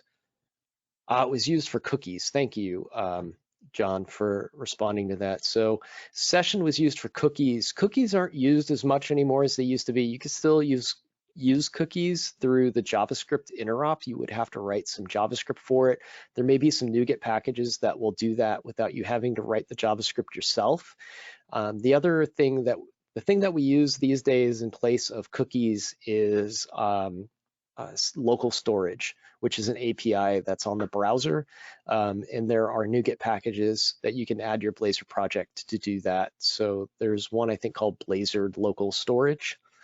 So I'd look into local storage or just look at NuGet packages that deal with cookies in Blazor. Thanks for helping me get there, John. This is a nice feature that we can add very easily. And next time we run the app, I can show you what it does. We're going to go into the brand and type columns, and we're going to add a different type of filtering option on brand and type. Let's see here, that paste did not work out so well. Let me try a new line. All right, I've got the end caret in there. Let's do that and that and reformat there. So I've added this filter type, menu type of checkbox list. So this is a nice filtering option. Let's see if we can rerun, see if we can reload this page without rerunning the whole app. It's not going to let us do that, is it? All right, so we need to rebuild this one more time. Do a run without debugging. It seems to be just a little bit faster. We'll let that load, and I'll explain what the filter menu type is, and we'll take a look at what the grid looks like with our display formatting and the titles corrected. So this should look a little bit different when we come back. So these are all nice-have features that we can add, and that's going to get us 99% of the way through our migration. Now, we've only really migrated the main view of the application. So we have, this is where we're aiming. We've got the main page. We've got about 30 minutes left. I think we can do this. We've got the main page up. We've got, what we don't have is the edit, delete, and create new views. So hopefully this will load fairly quickly now. Again, the builds, apologize for the build time on this today. I don't know what's going on, but there we go. It did a little bit faster than last time. Now you can see the buttons have moved over to the right-hand side where we had them before. We have proper names in the titles, and we've got price formatting that is in a currency format. The other thing that we want to do here is look at the drop-down filtering. So these filter menus, remember I changed the brand in the type filter menus? The brand and the type, they're common types of items. So we have the brand dotnet, other, their t-shirt, mug, sheet. These are repetitive types that we're dealing with here. And this checkbox list is really nice to have. So instead of giving you an ad hoc filter like this, I know that there's an enumerable type in here. So I can just add the checkbox filter as the filter menu type. And now I can come in and click on mug and sheet and hit filter, and only those items are shown. And I can go back and clear that out. What's nice is it's very much like Excel. So that's a nice feature to have. In some of our older products, we used to call that Excel filtering. Now it's called checkbox list filtering. So one of my favorites right there. And again, all that information is passed off the SQL Server. So the SQL query gets formatted with those options enabled for the best query possible. And you're only getting back those 3 items from that request. All right. So we need to add some editing capabilities. We've got the grid here where it's looking good. It looks a lot like our old application, if not even better. And the next thing we want to do is add a new item or edit some items. So the last part of the project is to enable editing operations on our data grid. If you're using the mock data, there's some issues with entities being tracked properly. The way that entity framework contexts are spun up in Blazor and disposed of is a little bit different. So you do get some errors sometimes dealing with entity framework code that's been migrated over. So you'll run into this on the catalog service when you're not using the mock data. I think I misspoke earlier and said when you are. So we need to update the get catalog items paginated method so that it reattaches the entity before it saves. Otherwise, you'll get a strange error that talks about entity tracking. So we need to go into the update catalog item method on the catalog service and just make a small change to it in regards to tracking. Let's see if I can find that update catalog item. And oh, good, I'm still here. My camera looks like it reattached itself, so I froze for a minute. So update catalog item is going to get changed to this code where we have to reattach the entity and then set the entity back up, set the state to modify, and save its changes. Again, this has to do with how entity framework disposes of the context in the newer version of dotnet. We're going to then add a custom editor for catalog type and brand. Because these use a hierarchical item, the catalog item in here, we'll look at that one more time. Go into catalog item. These are all properties.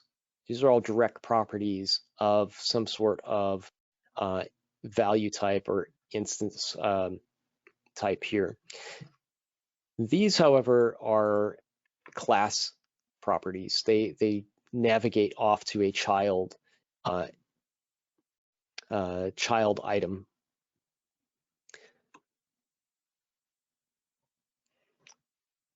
Looks like there was a little issue there with the filter mode, but you got it taken care of.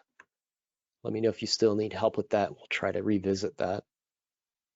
The catalog type and the catalog brand are navigation to other classes. So these generally are things like drop downs. So if we think about a user interface where, let's look at the items here, we have a type of sheet, or we looked at it in this menu here, so we can see the enumerated types here. We've got a mug, a sheet, and a t-shirt. These things are generally best serviced by a drop-down list. So we want to customize this form a little bit to set the catalog brand ID from a drop-down list, which will then set the object. So we're going to do a little customization on the editor there. So if we click edit now, you'll see we don't have a drop-down. We've just got a text entry. That's not really what we want here for brand and type. Those work for name and description, but brand, I want to drop down and have .NET or other. This I want to be t-shirt, mug, sheet, and so on. So there's some additional work that we need to do. So the first thing is we are going to set up an editor template in our data grid. And we're going to set that editor template up to use a drop-down box. And we need some fields here to hold some values for those drop-down boxes. So in our code here, right above or below the list of catalog items, we'll add an enumerable of catalog type and catalog brand, and we'll just set those up as empty arrays so they're not null when they kick off. On the onInitialize async method, we don't have anything going on in there right now, we're going to go ahead and add some stuff to populate those drop-down boxes. So when our grid initializes, it's going to just set up these fields with some data. So when the editor is pulled in, it has some data to go fetch and display in the editor. The next thing we want to do is add a editor template that will open up when we click on edit in the data grid. So we're going to go into each of these fields that we're modifying with drop-down boxes and add those drop-down boxes in. So again, catalog brand, we're going to take the self-closing tag off here and open up the tag for a grid column so we can type inside of this column. And inside of that column, we're going to use an editor template. And it's very similar to the display template. We're going to use the same razor snippet here where we're taking the context and setting or casting that to a catalog item. Then we're going to take and create a Telerik drop-down list. Again, this is where the Telerik UI for Blazor makes things a lot faster, is we have a drop-down list component and we don't have to build this functionality ourselves. Drop-down lists can get a little bit tricky in Blazor. There's some data binding and things that you have to be aware of. So we'll set data to brands. Notice the API conventions here as well. Anything that's data bound in the Telerik UI for Blazor is going to be data equals and then some sort of collection. So we've got data is data here, and then data is brands, and then we'll use data as types on the other one. So data equals brands. The text field will be brand. The value field will be ID. So if we look at the brand type, see if we can pull that model up. Let's see, where is that guy at in our code? Models, catalog, type, catalog, brand. There it is. Catalog brand. Move this guy over. I want to show you where these values are coming from. So we're binding to a list of brands. This ID here is our value field. The brand is the text field. So the text to show in the drop-down box, the ID backing that text is bound to the value field, and then we'll say bind value to the catalog brand ID on that item. So this is what Entity Framework is going to save to the database. All right, so that editor is done, and the same process repeats on the next one. So we're going to take the editor template. I'll just copy the whole item here and replace this one. Same idea applies here. The value is the ID, the text field is the type on this one, and the catalog type ID is the value that gets bound and then eventually saved back to the database. We should be able to start that and add a record. For time constraints, I won't restart the app until we finish the next couple steps here. We're going to do an add record as well. So when we use the add method or the add button in our data grid, we want to set up some default values to make the editing experience easier, and then also that catalog type and catalog brand, since they are drop-down boxes, they can be problematic when you new up a form and don't have default values set. So we'll go ahead and just make sure that when somebody clicks on add or clicks the add button in our data grid, that a default form is set up properly. And we'll do that by tapping into the onAdd method of the data grid. So if I go back to my data grid here, and it doesn't matter where in this chain you put it, maybe you want to place this with the rest of the CRUD operations. You can put it down there. And then we'll name the method, I think it's create in the instructions here. Is it add? It's on add. So you can name that anything that you'd like. We call it on add here. And we are going to apply these values to the model when we do that. So we'll create a new method in our component.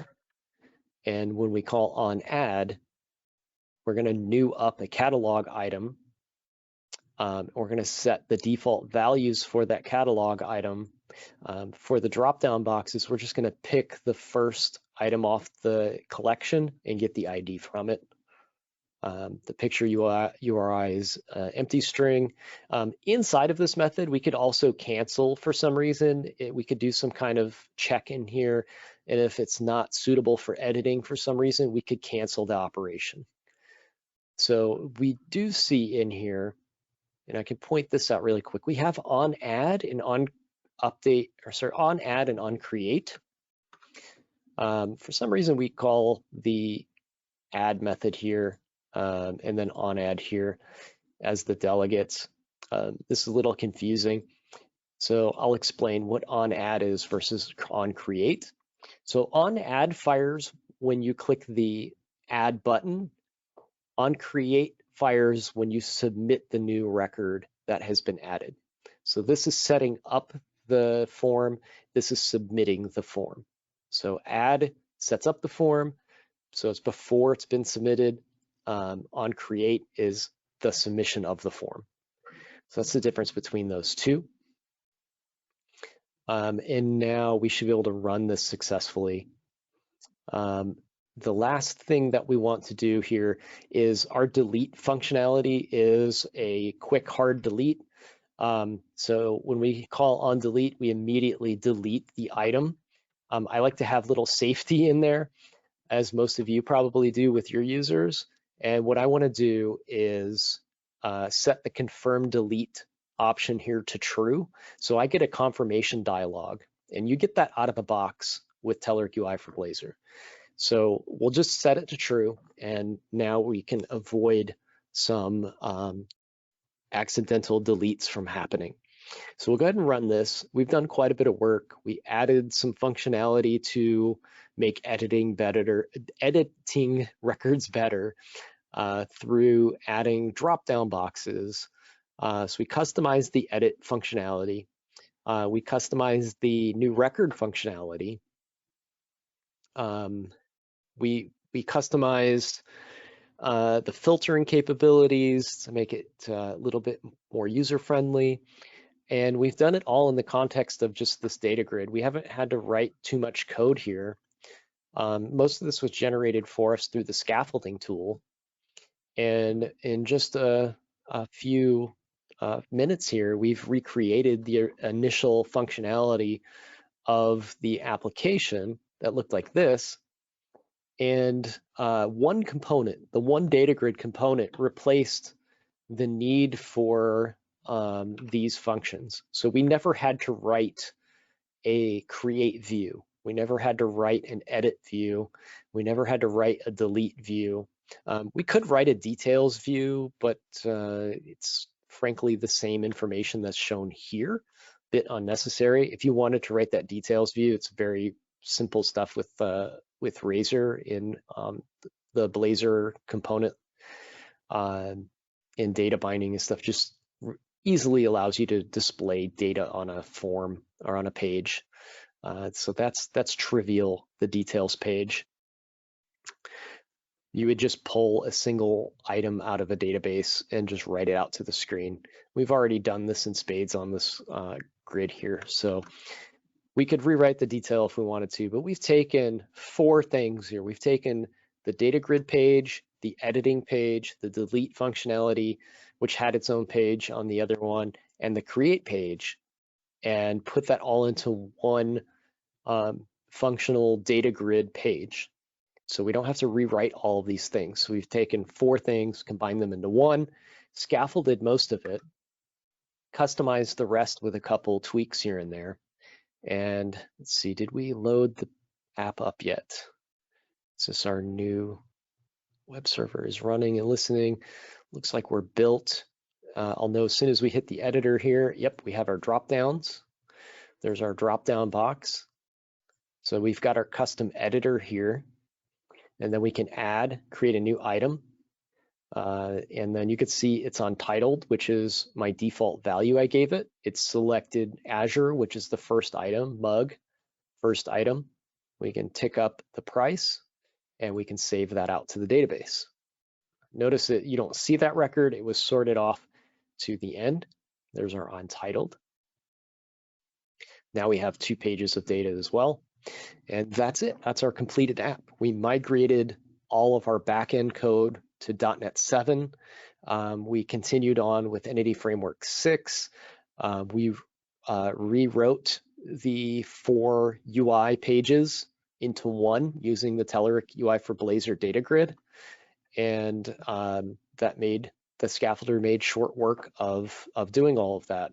Now, if we tried to write a data grid with this type of functionality, we'd be doing this for probably weeks on end, but being able to just drop a nice robust data grid in here makes short work of all this. And then the editing capabilities eliminate the need to have to write all of those pages in forms to do data editing as well. And the editors here, they obey the what is it called?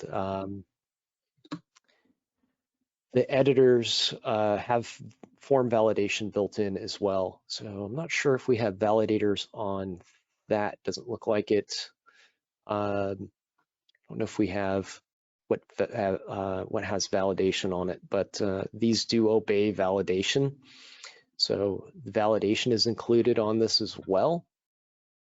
So these forms will validate. You can customize that through data annotations on the form.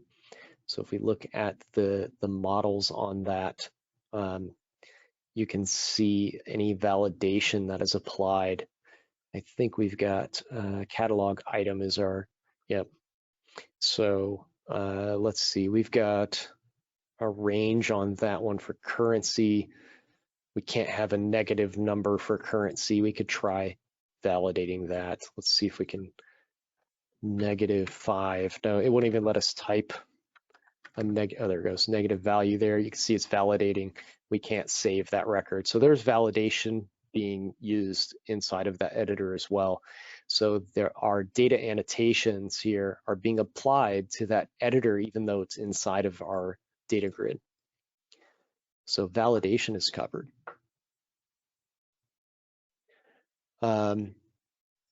You're very welcome. Thanks for the kind words in chat. I think this wraps it up for today. I will take the source code for this and I will post it with the repo for the project. And I'll update the instructions here with the solution as well. I missed some editorial stuff in here, and I have 2 introductions. This is by mistake. This should be conclusion, and in the conclusion, I will post the finished source code, and I'll have our folks email that as well. If we have your emails on file, which I think we do, we will email the completed source code or the link to the repo for the source code out as well. So I've got a document to update here. You can see these are supposed to be our links. Now that we're finished with it, we can update those, and I'll take any final questions here. We've got about 10 minutes to wrap up. If anybody has questions in chat, I will take them.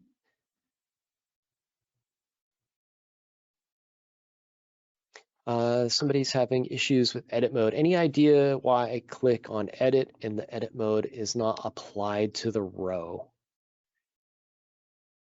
So let's see. Reasons that, so you're hitting save in the like that and it's not being applied. So if we do edit, let's double check, make sure ours is working here. Price got updated. I would check to make sure that your on read events are set up. So make sure you migrated this to have on read and took off all of the load data events out of it. And then we need to be using the load data event here. Trying to think what else. Oh, you rebuilt it and it worked. Awesome. That's what I like to hear. Those are the best resolutions to a problem. Is I hit rebuild and it just did it. Blazor server is usually very responsive, so you can use hot reloading and everything, but for some reason, while I'm live streaming today, it's been a little sluggish. So I'll have to remember that for next time.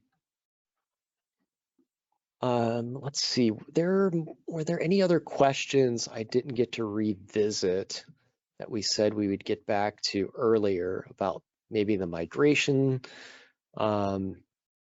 something with the migration tooling, any Telerik UI for Blazor questions.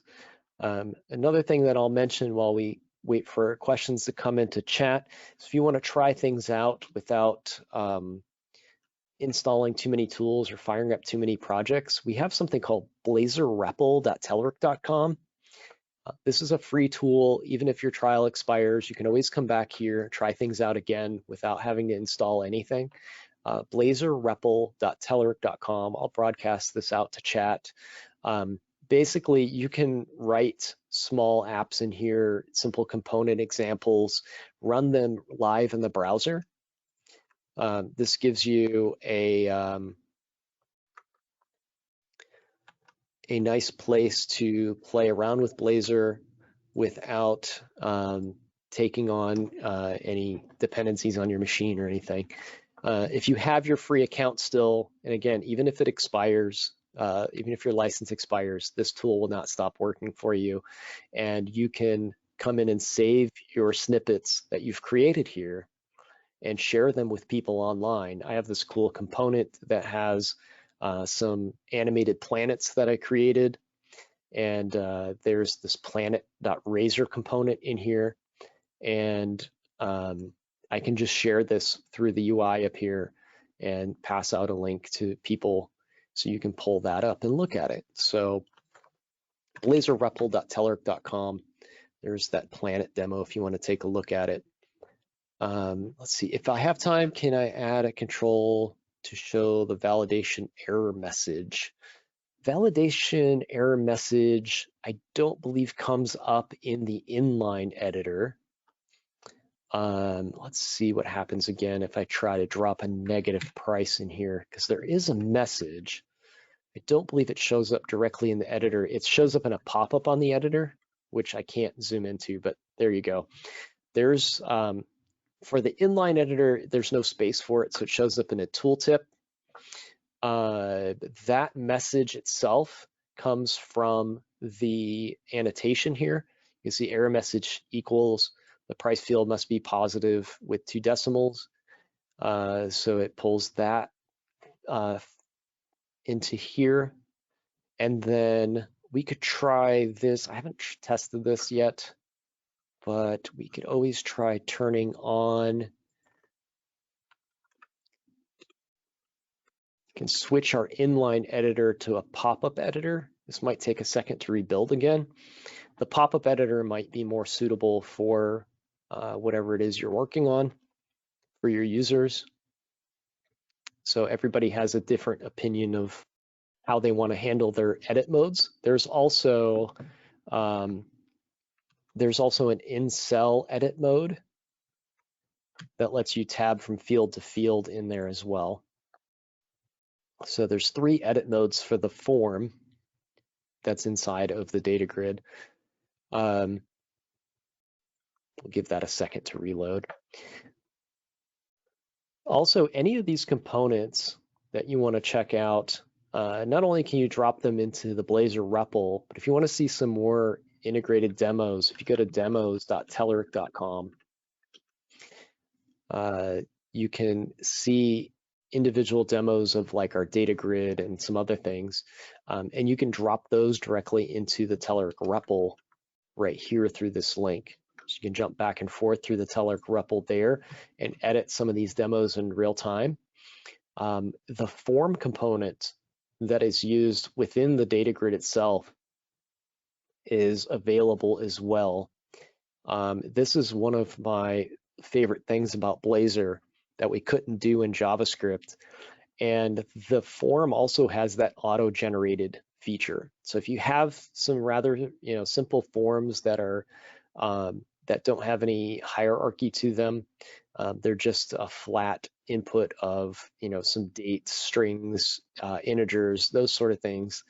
The source code for this form is very simple, and you can define individual form fields and also define auto-generated form fields in the same form, so you can customize things that you want to and not have to customize everything. So you can mix and match those. It's just going to pull all the metadata out of your class. So you can annotate that class, auto-generate your forms, and just move on and work on more important things. It looks like this reloaded. Let's see what we get for the editor here. Oh, there's our pop-up editor. So this is the version of the editor that you can have. The validation in here might be a little bit better for your users if you're wanting to show the validation message.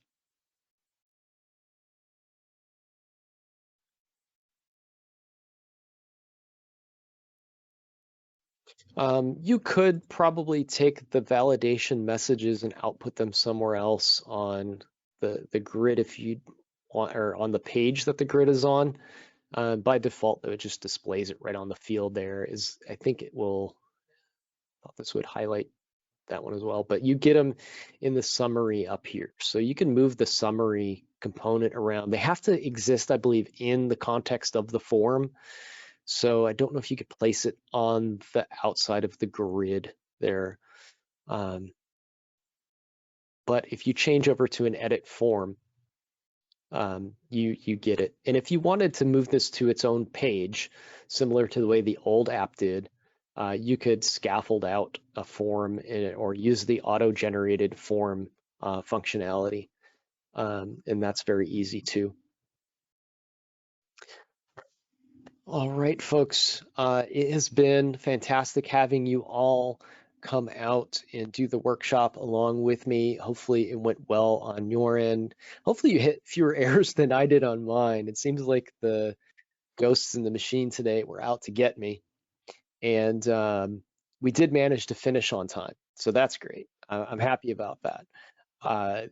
The tools that are involved here, we'll just take a quick recap on those because the tools, I think, are part of the magic that makes doing this in a single afternoon possible. Is the .NET Upgrade Assistant works very well.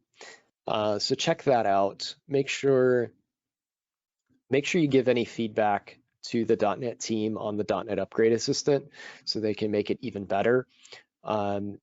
They continuously update the Upgrade Assistant. They're working on upgrades for .NET 8 in preview and release candidate right now. So you can test those things out if you have a smaller project, you want to see if it'll migrate easily over to .NET 8. If you're ready to start your migration into .NET 6 or 7, you can do that as well. And then hopefully the Telerik UI for Blazor was something that was interesting to you if you're looking at doing Blazor, whether you're migrating or not, just some of the productivity features of it. There's actually quite a bit that we were able to do just in the short period of time at the end of the workshop here with generating a data grid through the auto-generated columns feature in the scaffolding, and then adding in the ability to let it query Entity Framework using just that one line of code that says to data source result and passing up the metadata to Entity Framework. That's a super powerful thing that works not only with Blazor Server, but with a web API. It's going to save you a lot of data requests on the API portion of it. You're not passing huge payloads over JSON. You're only passing the data that you need when you use that, and that's baked into the framework. You just need to access it. So again, we'll wrap this up. We'll send an email out with the solution file for this, with the completed project. We'll let you know when the video is online. Check telerik.com/webinars for any upcoming events, and then check out our tools that we offer as well. If you're already a customer, thank you very much. I've been a customer I was a customer for 7 years before joining the company, and still enjoy using the tools. So I'm glad to see you are all on board with me there as well. Thank you, and take care.